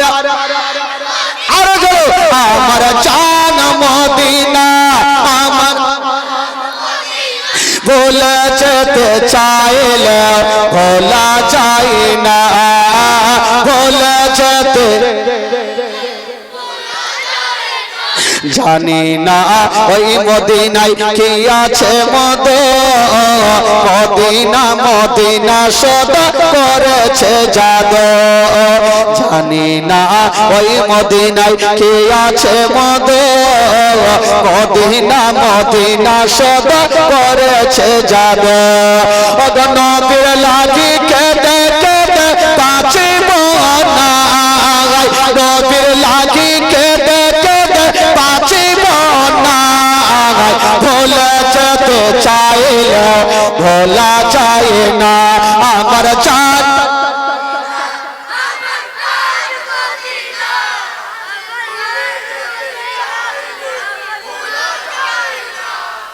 দেখি কেমন হইল, ऐसे करके बोलने से होगा, ऐसे बोलो तिरपाल को फाड़ दो, जो होगा देखा जाएगा। একটু জোরে বলেন ভাই, ইমান তাজা হবে। জানেন আমার গলা বসবে বসবে সবারই বসিয়ে বাড়ি থেকে এখান থেকে যাব 5 দিনের মেহমান আছি, কালকে বক্সের তার ফার কাইটা বাড়ি চলে যাব। আর আমার রেকর্ড আছে ভাই, এ মাইক মেরার 6টা স্পিকার কাটিয়েছিলাম এই বাগিচা বাড়িতে। ও ভালো করে জানে, জানে যে একে স্পিকার জোরে দিলে ফের কাটবে। 6টা কাটিয়েছিলাম, মোটামুটি 6000 টাকা লস। ওই জন্য ও সামানটা কমিয়ে রাখছে, বুঝতে পারছে এই বাদিয়ার হুড়কি যদি দিয়ে দেয় ফের মুশকিল আছে। বাগিচা বাড়ি, বাম্মা মোড়, সাম্মা মোড় সব জায়গায় জীবনী করেছি, কোনো জায়গা বাদ নাই। এদিকে আপনি পশ্চিমবঙ্গে চলে যান, কালীনগর, টুকিটোলা, জাহিরটোলা, এই টোলা ওই টোলা, চারটাওয়ালা সব টোলাতে করেছি। এমন টোলা নাই ওইদিকে আমাকে চিনে একটা বাচ্চা ছেলে চিনে। যখন আমি চলে যাবো ভাই তো বুঝা গেল হ্যাঁ বাদিহে চলে এসছে। একদম লোক জায়গা দিতে পারবে না, আমার জায়গা হলে আমি গেলে বড় জায়গা হবে, ডবল জায়গা করতে হবে, না হলে হবে না ভাই। প্রথম চান্সে আপনারা তো জানেন না, আমাকে দেখেননি, মোবাইলে দেখেছেন, আজকে জিন্দা দেখছেন, মোবাইলে মরা দেখেছে, আজকে জিন্দা দেখছে যে কেমন আছে না আছে। চল একটু শুই নেইলি, একবার শুনবেন তাহলে না বুঝতে পারবেন। যারা দাঁড় ইসলাম বন্ধু কেন বাবাজি, তবে একটু কথা মাঝে বলুন, আমার চান মদিনা, আমার আমার চান মদিনা, আমার প্রাণ মদিনা। ভোলা যেতে চাইলে ভোলা যায় না, ভোলা যেতে মদিনার কথা গুলি ভাবি বারে বার, কবে আমি দেখা পাবো রওজা তোমার। মদিনার কথা গুলি ভাবি বারে বার, কবে আমি দেখা পাবো রওজা তোমার। ওগো মদিনাতে গিয়ে মোরা হলাম দিওয়ানা, মদিনাতে যাবো মোরা হলাম দিওয়ানা। ভোলা যেতে চাইলে ভোলা যায় না আমার চান, জোরে আমার চান মদিনা। ভোলা যেতে চাইলে ভোলা যায় না, ভোলা যেতে বদর আছে, খন্দক আছে, ওহদের পাহাড়, নবীর লাগি এই কালেমের বেতার পাহাড়। বদর আছে, খন্দক আছে, ওহদের পাহাড়, নবীর লাগি এই কালেমের বেতার পাহাড়। ওগো মদিনাতে যাবো মোরা হলাম দেওয়ানা, মদিনাতে যাবো মোরা হলাম দেওয়ানা। ভোলা যেতে চাইলে ভোলা যায় না আমার চান মদিনা, জোরে আমার চান। ভোলা যেতে চাইলে ভোলা যায় না, ভোলা যেতে। একবার মোহব্বতে বলে দিন সুবহানাল্লাহ। যারা 5 ওয়াক্ত নামাজ পড়ছেন একটু হাত তুলে দেখান তো ভাই, যারা নামাজ পড়ছেন 5টা আগে মাগে। যারা পড়ে না তারা একটু হাত তোলেন। পড়ি না মানে পড়ি না, না ইধরি না উধরি, নামাজ পড়বে তাহলে না হাত তুলবে। একটা বাদশা যখন মারা যাইছে তো চারটা বেটাকে ডাকলেন, এই বেটা। চারটা বেটা চলে আসলো, কি হলো আব্বা? বেটা রে, আমি যখন মারা যাব তো আমার জানাজার নামাজ ওই ব্যক্তি পড়াবে যার জীবনে নামাজ কাজা হয়নি। এ কথা বলে বাদশা মারা গেল। আর চারটা বেটা ভাবলো, বাপরে বাপ তো বলেছে মরা যাওয়ার আগে যে যার নামাজ কাজা না ওই জানাজা পড়াইবে। চল মুফতি সাহেবের কাছে গেল, ওরও নামাজ কাজা। পীর সাহেবের কাছে গেল, ওরও নামাজ কাজা। সারা দিন ঘুরেছে, ইমাম সাহেব জুতা ছিঁড়ে গেল, ইমাম পাইনে। এরা ভাবলো, হায় আল্লাহ, বাপ কি বলে গেল, সারা দিন ঘুরলাম জুতা ছিঁড়লো, ইমাম পাই না। চারটা বেটা বেচারা কাঁদছে আর মাঠ ফাঁকা মাঠ দিয়ে চলে আসছে। একটা লোক নেংটি মানে ওই যে লুঙ্গি সাইমটা নেংটি কইছে হালবাহি ছিল, লেংটি বুঝলেন? নেংটি কি বলে ওইটাকে? একজন লুঙ্গিকে একদম টাইট করে বেঁধে দিলে কি কয় ওইটাকে? নেংটি। কোনখানে ফের বলছে যে পাঠা। ভাষা তো ফের আলাদা আলাদা আছে। ও লেঙ্গুঠি কইসা হাল বাহিছে। ও চারটা বেটার চোখে পানি দেখে বলছে, ওই তোমরা কাঁদছো কেন? বলে, ভাই আর বলিও না, আমার বাবা মারা যাওয়ার আগে বলেছিল যার নামাজ জীবনে কাজা হয়নি ওই আমার নামাজ পড়াবে জানাজার। ভাইরে, আমরা সারা দিন ঢুরলাম, ইমাম সাহেব জুতা ছিঁড়ে গেল, ইমাম পাই না। ওই লোকটা বলছে তোমরা ভালো জায়গাতে এসছো, আমার জীবনে নামাজ কাজা হয়নি। আর চারটা বেটা কত খুশি, ওকে বুকে নিয়েছে। বাপরে বাপরে, ইমাম তো পেয়েছে। লিয়ে গেল, নামাজ হয়ে গেল, মাটি দেওয়া হয়ে গেল। ওই জানাজার নামাজে মাওলানা সাহেব, হাজি সাহেব, মুফতি সাহেব সবাই তো এসছে। তো আলিমুল মাহার জিজ্ঞেস করছে, হ্যাঁ রে, আমরা আলিমুল মাহে আমাদের নামাজ কাজা হইলো, আর এই লোকটা সারাদিন নেঙ্গুটি কইসা হাল বাহে, আর কি নামাজ কাজা হয়নি? চল তো জিজ্ঞেস করবো। ডাকলো, এদিকে আসো। আরে ভাই, তোমার কি নামাজ জীবনে কাজা হয়নি? বলে, ধুর মাওলানা সাহেব, এটা কেমন কথা বলছেন? আমি তো বাপ জন্মে নামাজই পড়িনি, তো কাজা কোথায় পাবো? নামাজ পড়বো তাইলে না কাজা হবে? ওই তো অবস্থা ভাই, নামাজ পড়বে তাইলে না হাত তুলবে। জীবনী লাগিয়েছি বলবো। আমি শুনলাম এই গ্রামের কমিটি যারা জীবনী লাগিয়েছে তারা অলরাউন্ডার আছে। অলরাউন্ডার বুঝলে? এদিকেও আছে, এদিকেও আছে, ওইদিকেও আছে, সব দিকে আছে। ভাই জীবনী তো লাগিয়েছেন ভাইরে, একটু আপনারা যদি ভালো হয়ে চলেন অটোমেটিক দেখবেন গোটা গ্রাম আস্তে আস্তে করে ভালো হয়ে যাবে। ভালো পথে চলবেন ভাই, জীবনী লাগিয়েছেন আপনারা। আচ্ছা, কমিটি যে কটা আছেন একটু হাত তুলেন তো দেখি, যে কমিটি কটা আছে? খাড়া কান্না হো। কমিটি যে কটা আছে একটা হাত তুলেন। আগে মাগে মরে গেনু। ও ভাবছে যদি হাত তুলে দিই তাহলে ফের মুশকিল আছে। আমি বলবো, সোনারে নামাজ পড়ো ভাই। জীবনী লাগিয়েছেন আপনারা, খুব ভালো কাজ করেছেন। 15 বছর থেকে জীবনী করছেন, মানে ইসলামের চর্চা হতেই থাকছে। তো আপনারা ভালো কাজ করছেন, কিন্তু এই দিকে তো করতে হবে, নামাজ পড়তে হবে, ভালো কাজে চলতে হবে, তাহলে তো হবে। বেরাদার বন্ধুগণ, বাবাজি আমার ভাইরা, তবে আসুন একবার দরুদ পাঠ করুন। এবার জীবনী যেখান থেকে ছেড়েছিলাম আবার সেখান থেকে শুরু হবে। আল্লাহুম্মা সাল্লি আলা মাওলানা মুহাম্মদ ওয়ালা আলে সাইয়্যিদানা ওয়ালা আলে সাইয়্যিদানা মাওলানা মুহাম্মদ সাল্লাল্লাহু তাআলা আলাইহি ওয়াসাল্লাম। মুহাব্বতে বলুন সুবহানাল্লাহ, সুবহানাল্লাহ। একের পর এক ইমাম হুসাইন লাশগুলাকে নিচ্ছেন আর কারবালায় দাফন করছেন। বাবা গো, বেটার লাশ নিয়ে যাচ্ছে, ভাগনার লাশ নিয়ে যাচ্ছে। বলুন তো সেদিন ইমাম হুসাইনের অবস্থা কেমন হয়েছিল? তবু ইমাম হুসাইন সবুরের পাহাড় হয়ে দাঁড়িয়ে আছেন। ইমাম হুসাইন যুদ্ধের ময়দানে এবার ভাবছেন, আমি যতক্ষণ যাব না কারবালার যুদ্ধ থামবে না। ইমাম হুসাইন যাওয়ার জন্য রেডি হচ্ছেন। তবে যেমন রেডি হচ্ছেন বাবা,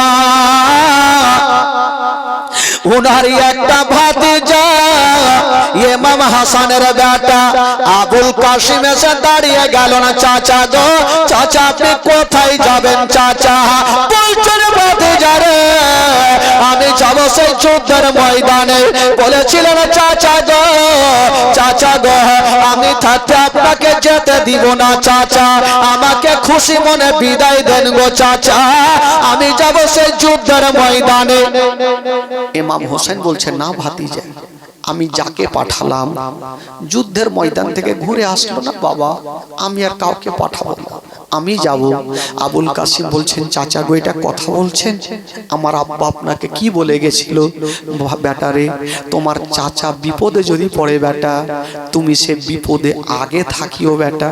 চাচা আপনি নিজের গর্দান কাটাতে যাবে?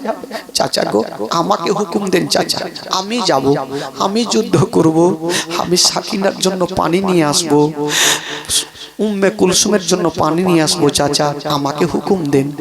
ইমাম হোসেন কি বলে আবুল কাসিমকে বুকখানে জড়িয়ে ধরে বলছেন ভাতিজা তুমি যাচ্ছ যাও ভাতিজা, তবে একটা কথা মাথায় রাখিও বেটা, যুদ্ধের ময়দান থেকে তুমি ভয়ে পালিয়ে আসিও না।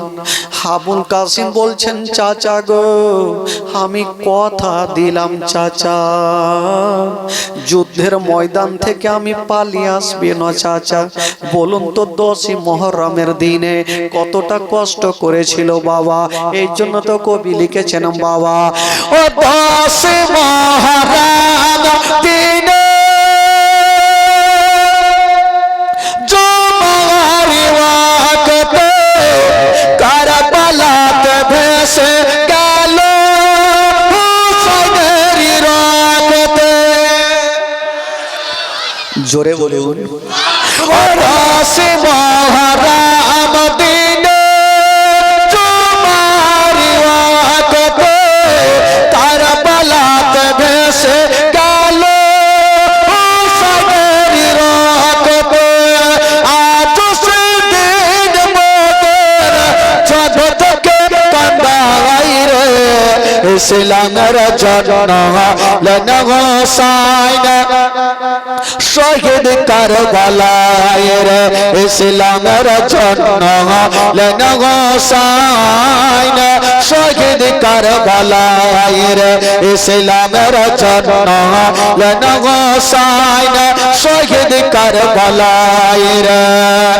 কারবালার ঘটনা শুনে বুক ফেটে যায় রে, ইসলামের জন্য হলেন হোসাইন শহীদ কারবালায় রে, ইসলামের জন্য হলেন হোসাইন শহীদ কারবালায় রে, ইসলামের জন্য হলেন হোসাইন শহীদ কারবালায় রে।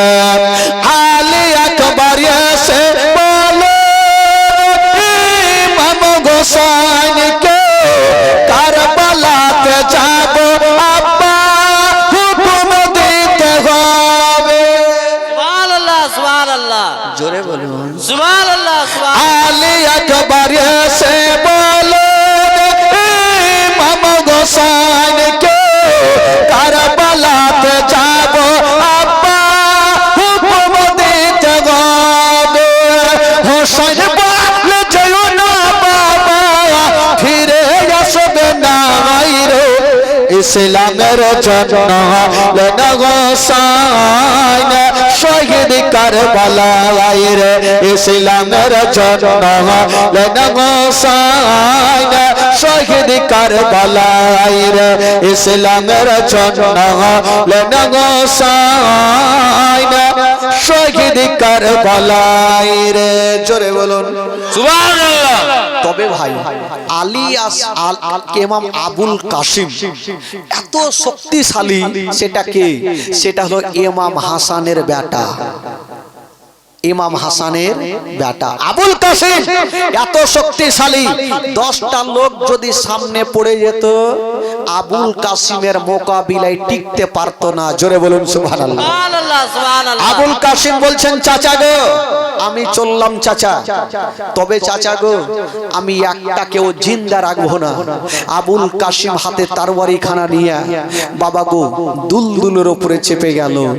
যেমন দুলদুলে চেপে গিয়েছেন বাবা, দুলদুলের লাগামটা টেনে দিয়েছেন মা, যেমনি লাগামটা টেনেছেন বাবা ওই দুলদুল চলতে লাগলো। বাবা যুদ্ধের ময়দানে পৌঁছে গেল, যেমনি যুদ্ধের ময়দানে যাওয়া। ওইদিকে ইবনে সাদ দেখছে এবার আবুল কাসিম চলে এসছে, কি করব? তো ইবনে সাদ কয়েকজনকে হায়ার করে ডেকেছিল পাহুল মানকে আর যাক, আর উনার হলো 4টা বেটা। টোটাল কয়টা হলো? বাপ আর 4টা বেটা। কয়জন হলো? 5 ভাই নাকি? 5 বাপ বেটা। আর যাক এত পাহুলমান, তার সামনে হাজার হাজার লোক থাকলেও তাকে ভয় পাই। ওই লোকগুলোকে হায়ার করে ডেকেছিল আবুল কাসিমের মোকাবিলাতে। ইবনে সাদ বলছে আর যাক আবুল কাসিমকে যুদ্ধের ময়দানে ডাকছে। ইবনে সাদের লোকেরা আলী আসগরকে শহীদ করে দিয়া বাহাদুরের কাজ নয়, আলী আকবরকে শহীদ করে দিয়া বাহাদুরের কাজ নয়, আউন মোহাম্মদকে শহীদ করে দিয়া বাহাদুরের কাজ নয়। আমি হলাম ইমাম হুসাইনের ভাতিজা, ইমাম হাসানের বেটা, একটাকে ও জিন্দা রাখবো না। একবার আমার মোকাবিলাতে আই। কেউ যাই না। ইবনে সাদ বলছে আর যাককে পাহুলমানকে আর যাক যা। আর আবুল কাসিমের মাথাটা কেটে নিয়ে চলে আই। তো আর যাক বলছে মাথা খারাপ। বলে কেন? বলে আমি এত বড় পাহুলমান আর এ সামান্য একটা ছেলের সঙ্গে মোকাবিলাতে করতে যে মান সম্মান হারাবো, ওর লাগে আমার ছোট্ট বেটাই কাফি। ইবনে সাদ বলছে দেখ ছোট্ট বলিস না, তোর বেটাকে বাঁচিয়ে রাখ, না হলে তোর বেটাকে কদ্দু কাটা করে কাটবে। বলছেন না? আর যাক বলছে যারে তোরে, ওরে আমার ছোট্ট বেটা যা। আবুল কাসিমের মাথাটা কেটে নিয়ে চলে। ছোট্ট বেটা বলছে আব্বা আগে আমাকেই পাইলে। ও ভাবছে কি করে যাব, নবী বংশের ছেলে যাকে বাপের অর্ডার হয়েছে তার বাড়ি খানা নিয়ে যুদ্ধের ময়দানে পৌঁছে গেল। আবুল কাসিমের সামনে গিয়ে বলছেন ও আবুল কাসিম তুমি কেন এসেছো? বলে তোমাকে জবাই করতে। বলছে ঠিক আছে, আগে কে তার বাড়ি চালাবে? আবুল কাসিম বলছে আমরা আগে অন্যায় করি না, আর কেউ যদি আমাদের পড়তে আঙুল তুলে তাকে জিন্দা রাখি না। সুবহানাল্লাহ, সুবহানাল্লাহ, জোরে বলুন। সুবহানাল্লাহ, সুবহানাল্লাহ। বংশের ছেলে আগে অন্যায় করে না, আর কেউ যদি তাদের প্রতি আঙুল তুলে তাকে জিন্দা রাখি না। কে আগে মারবে? বলে আগে তুমি মারো। ও আর জাকের বেটা ভাবছে কে মারবো, শেষ করে দিব। আর জাকের বেটা তারওয়ারি খানা তুলেছেন বাবা, ইয়া তো জোরে তারওয়ারি তুলেছে গো, আবুল কাসিমের দিকে চালিয়ে দিল। আবুল কাসিম বাবা ওই তারওয়ারি খানা ঢালে এড়ে নিল। আবুল কাসিমের কিছুই হইল না। আবুল কাসিম বলল আর জাকের বেটা এবার তোকে কুমড়া কাটা করে কাটবো, এবার তৈরি হয়ে যা। বললো ঠিক আছে এবার চালাও। নবী বংশের ছেলে হাজার হইল, যার শরীরে নবী বংশের রক্ত আছে তার তো এমনিতেই বাবা গো পাহুলমানের মতো। আবুল কাসিম তার বাড়ি খানা নিয়েছেন বাবা, এত জোরে চালিয়েছেন বাবা, এত জোরে চালিয়ে দিয়েছেন বাবা।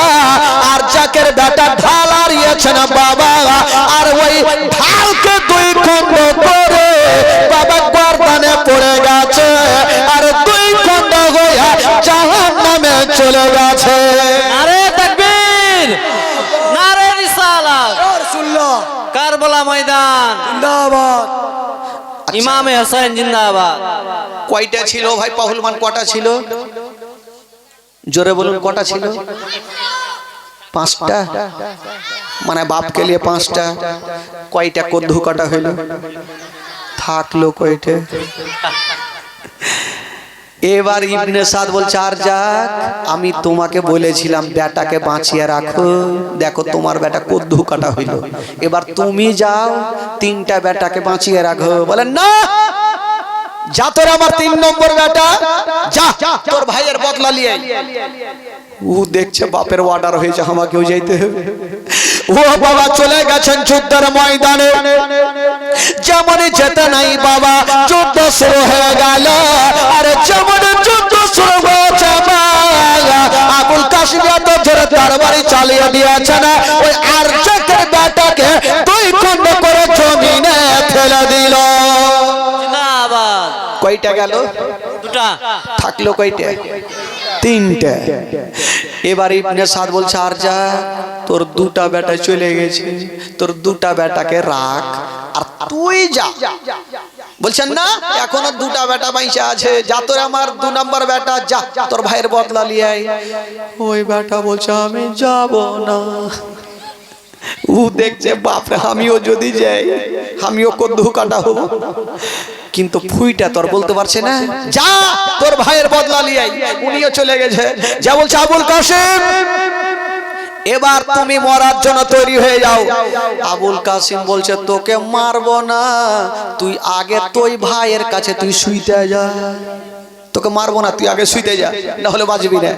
বাবা গো ওই আবুল কাসিমের কথা শুনে ওই আরজাকের বেটার বাবা গো পাহুল মানে রাগ হয়ে গেল, তরবারি চালাতে আরম্ভ করলো।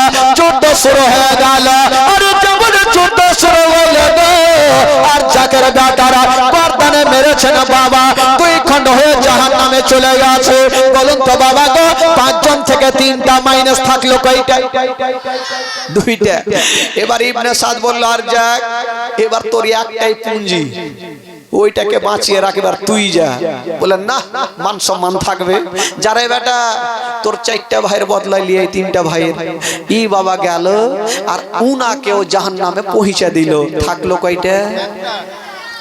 ইবনে সাদ বলছে আর যাক তুমি যদি যাইতে তোমার 4টা বেটা কত আরামে থাকতো, কদ্দু কাটা হয়েছে। আর যাক বলল চিন্তা নাই, এবার যাব আমার 4টা বেটার বদলা নিয়ে আসবো। আর যাক তো ভাই নেমে গেছে, ফিল্ডে চলে গেছে। আর ফিল্ডে গিয়ে ভাই এদিকে মাথা ঝুলাইছে, ওইদিকে ঝুলাইছে, ওইদিকে ঝুলাইছে। দেখবেন এদিকে বল খেলা ফুটবল খেলা হয় যখন, দেখবেন প্লেয়ার নামবে, নামার 10 মিনিট আগে নামবে, এদিকে মাথা ঝাড়বে, ওইদিকে ঝাড়বে, যার চুল বড় আছে ওইদিকে ঝাড়বে। কিছু কিছু যুবক ছেলেরা থাকে না, কিছু কিছু যুবক ছেলেরা থাকে পিছনে চুল নাই, সামনে বাড়কা বাড়কা হাতির মতন চুল। হ্যাঁ, আর ওই রকম তো আছে, তো আছে কিছু ছেলের ফের এরকম থাকে বকরি বাবা কোন জায়গাতে পেচ্ছাপ করতে পাইনি, আর এখানে পেচ্ছাপ করে দিয়েছে, চুল লাল। আরে বাবা তোর বকরি কোন জায়গাতে পাইনি, এখানে পেচ্ছাপ করেছে হুজুর। এটা হলো স্টাইল। কোন স্টাইল? America style. যুবক ছেলেরা ওখানে করে ভাই। বেরাদার বন্ধুরা এবার আরজাক পাহুল মানের মতো লাফাচ্ছে, আগে ভাই ব্যাটার বদলা নিবে। ইমাম আবুল কাসিম চিন্তা করলেন একে যুদ্ধ করে পারা যাবে না, একে বুদ্ধি করে মারতে হবে। কিছু বুদ্ধির ওপর দরকার হয়, শুধু শক্তি থাকলেও হয় না, কিছু বুদ্ধির খাতিরেও কাজ হয়। আবুল কাসিম চিন্তা করলে একে মারবো তো মারবো কি করে। ওই যখন বাবা দুলদুল থেকে নামছে তো আবুল কাসিম বলছেন ও আরজাক, বলে কি হলো? বলে আমি শুনলাম তোমার মতন পাহুল মান দেশে নাই। বলে হ্যাঁ সত্যি শুনেছো। বলে আজকে বুঝা গেল, আমি জানলাম যে তোমার মতন মোটা বুদ্ধা পাহুল মান দেশে নেই। আর যাকের মিজাজ খারাপ, আমাকে আর মোটা বুদ্ধা বলে? আমার এক ঘুষিতে গোটা পাহাড় সুরমা হয়ে যায়, এক ঘুষিতে সবারই ডায়রিয়া হয়ে যায়, আর আমাকে পাহুল মান মোটা বুদ্ধা বলছে। বলে কেন? বলে হ্যাঁ আমি আজকে বুঝে গেলাম তোমার মতন মোটা বুদ্ধা পাহুল মান নাই। বলে কি হয়েছে? বলে তুমি যে দুলদুলে এসছো, দুলদুলের জেরাটা লাগামটা উল্টা করে লাগিয়েছো। ই ভাবছে মানুষ মাত্র ভুল হইতেই পারে, দেখি তো। একবারই ছাপড়ে গিয়ে দুলদুলের এটা দেখছিল বাবা, যেমনই ছাপড়ে গিয়েছেন বাবা আবুল কাসিম ভাগলো, একে এক্ষুনি মার্ডার করে দিব। হাতে ছিল তার বাড়ি খানা, বাবা দেরি করলো না, এত জোরে চালিয়ে দিয়েছে না বাবা, এত জোরে চালিয়েছে ওই আরজাকের বাবা এই ঘাড়ের ওপরে পড়ে গেল। যেমন ঘাড়ে পড়েছে বাবা, 2 খণ্ড হয়ে জাহান্নামে পৌঁছে গেল। নারে তাকবীর। কয়টা গেল? নারে রিসালাত। আচ্ছা কয়টা গেল ভাই? থাকলো কয়টা? ই কইছে জিরো। মানে থাকলো না, মানে জিরো। এইবার ইবনে সাদ একটা লোককে বলছে তুই যা আর আবুল কাসিমের মাথা কেটে লিয়ে আয়। ওই লোকটা বলছে আমাকে বেতন দিলেও ভালো, না দিলেও ভালো, চাকরি করব না, চাইয়া চিনতে খাবো। বড় বড় পাহুল মান পারলো না, আর আমাকে বলছে যাও, ভুল করে যাবো না। ওই লোকটা তো চলে গেল। আবার একটাকে ডেকে বলছে যা। ওই লোকটা বলল হুজুর আমিও চললাম, ভুল করে ও যাব না। ইবনে সাদ বলল না, একে এইভাবে পারা যাবে না, একজন একজন করে যদি পাঠানো যায় পারা যাবে না। কি করব? আসো সবাই মিটিং করে নি। ইনারা মিটিং করছে। আবুল কাসিম চিন্তা করলেন আমি একবার যাই, একবার আমার চাচার সঙ্গে একটু কথা বলে চলে আসি। আবুল কাসিম এক পা দুই পা করে চলে গেছেন, চাচার সামনে গিয়ে দাঁড়িয়ে গেছেন। চাচা গো, চাচা গো, বলছেন ভাতিজা তুমি কি পালিয়ে চলে আসলে? বললেন না চাচা, আমি কয়েকজনকে মার্ডার করে এসেছি চাচা। তবে ভাতিজা রে কেন তুমি আসলে বলো? বলছেন চাচা গো আমার মোকাবিলায় কেউ আসতে চাহে না, তারা মিটিং করতেছিল, তার জন্য চাচা ভাবলাম একবার আপনার চেহারাখানা দেখে নিব চাচা। ইমাম হোসাইন বলছেন ভাতিজা এসো একবার আমার বুকখানে এসো। ইমাম হোসাইন আবুল কাসিমকে বুকে লাগায়া গালে মুখে চুমা দিচ্ছেন। বাবা আবুল কাসিম বলছেন চাচা, চাচা গো একটা কথা বলবো গো চাচা। বলছেন চাচা গো আমি অনেকক্ষণ যুদ্ধ করেছি চাচা, কয়েকজনকে জাহান্নামে পৌঁছে দিয়েছি। তবে চাচা গো, চাচা গো যদি পারেন চাচা আমাকে এক পেয়ালা পানি দিয়ে দাও চাচা। ইমাম আবুল কাসিম বলছে চাচা গো একটু যদি পানি পান করে নি চাচা, তবে আপনাকে কারবালায় যেতে দিব না চাচা, আমি 22,000 সৈন্যকে দুনিয়া থেকে সরিয়ে দিব। ইমাম হোসেন বলেছিল ভাতিজা রে ওই পানির জন্য আলী আসকার শহীদ হয়ে গেছে, পানির জন্য আউনো মোহাম্মদ শহীদ হয়ে গেছে। বেটা রে আমি তোমাকে পানি দিতে পারবো না রে বেটা। আবুল কাসিম বলছেন চাচা একবার আমাকে বুকখানে লাগিয়েলেন গো চাচা। ইমাম হোসাইন ভাতিজাকে বুকখানে লাগিয়ে নিয়েছেন বাবা, আর বলছেন ভাতিজা যাও এবার যুদ্ধের ময়দানে চলে যাও। আবুল কাসিম চাচাকে সালাম করে দিয়া, মাকে সালাম করে দিয়া যুদ্ধের ময়দানে পৌঁছে গেল। যেমন যুদ্ধের ময়দানে গিয়েছেন বাবা, ওইদিকে তাদের মিটিং হয়ে গেল। আবুল কাসিমকে ছাড়া যাবে না, আবুল কাসিমকে ছাড়বো না, একই সঙ্গে সবাই হামলা করে দিব। আবুল কাসিম যেতে নাই, চতুর্দিক থেকে বাবা একই সঙ্গে হামলা করে দিল। তীর চালাতে লেগেছে বাবা, ডানে তীর বামে তীর, যেই মতো বৃষ্টি বর্ষণ হয় সেই মতো তীরের শুরু হয়ে গেছে। আবুল কাসিম বলছে না ওরে আজিদের সৈন্যরা এটা তোর আইনের খেলাপ করলি রে, একটা করে আমার মোকাবিলাতে আয়, একটা কেউ চিন্তা রাখবো না। তারা বলল না আমরা কিছুই চাই না, আমরা হোসেনকে কবজা করতে চাই। আবুল কাসিম কত যুদ্ধ করবে বাবা, মারলে মার খেতে হয়। এক দুশ্মন দুরাচার এত জোরে একখানা বল্লম চালিয়ে দিল, ওই বল্লম খানা এসে লাগবি তো লাগ বাবা গো। আবুল কাসিমের যেন নাভিতে ঢুকে গেল, যেমনই ঢুকেছে আবুল কাসিম দাঁড়িয়ে থাকতে পারলেন না বাবা গো, জমিনে চলে আসিল। যেমনই জমিনে চলে আসে না ডাক দিচ্ছেন চাচা গো, চাচা গো আমার লাশকে নিয়ে জানবো চাচা। ইমাম হোসেন দেরি করলেন না বাবা, ছুটে চলে গেছেন বন্ধুরা। ভাতিজাকে বুকে করে নিয়ে বাবা খিমাতে নিয়ে চলে আসিল। আবুল কাসিম একবার চাচা বলে চোখটা খুলেছে, আর চোখটা বন্ধ হয়ে গেল। সারা জীবনের মতো আবুল কাসিম দুনিয়া থেকে বিদায় নিয়ে চলে গেল। সকলে পড়ুন ইন্না লিল্লাহি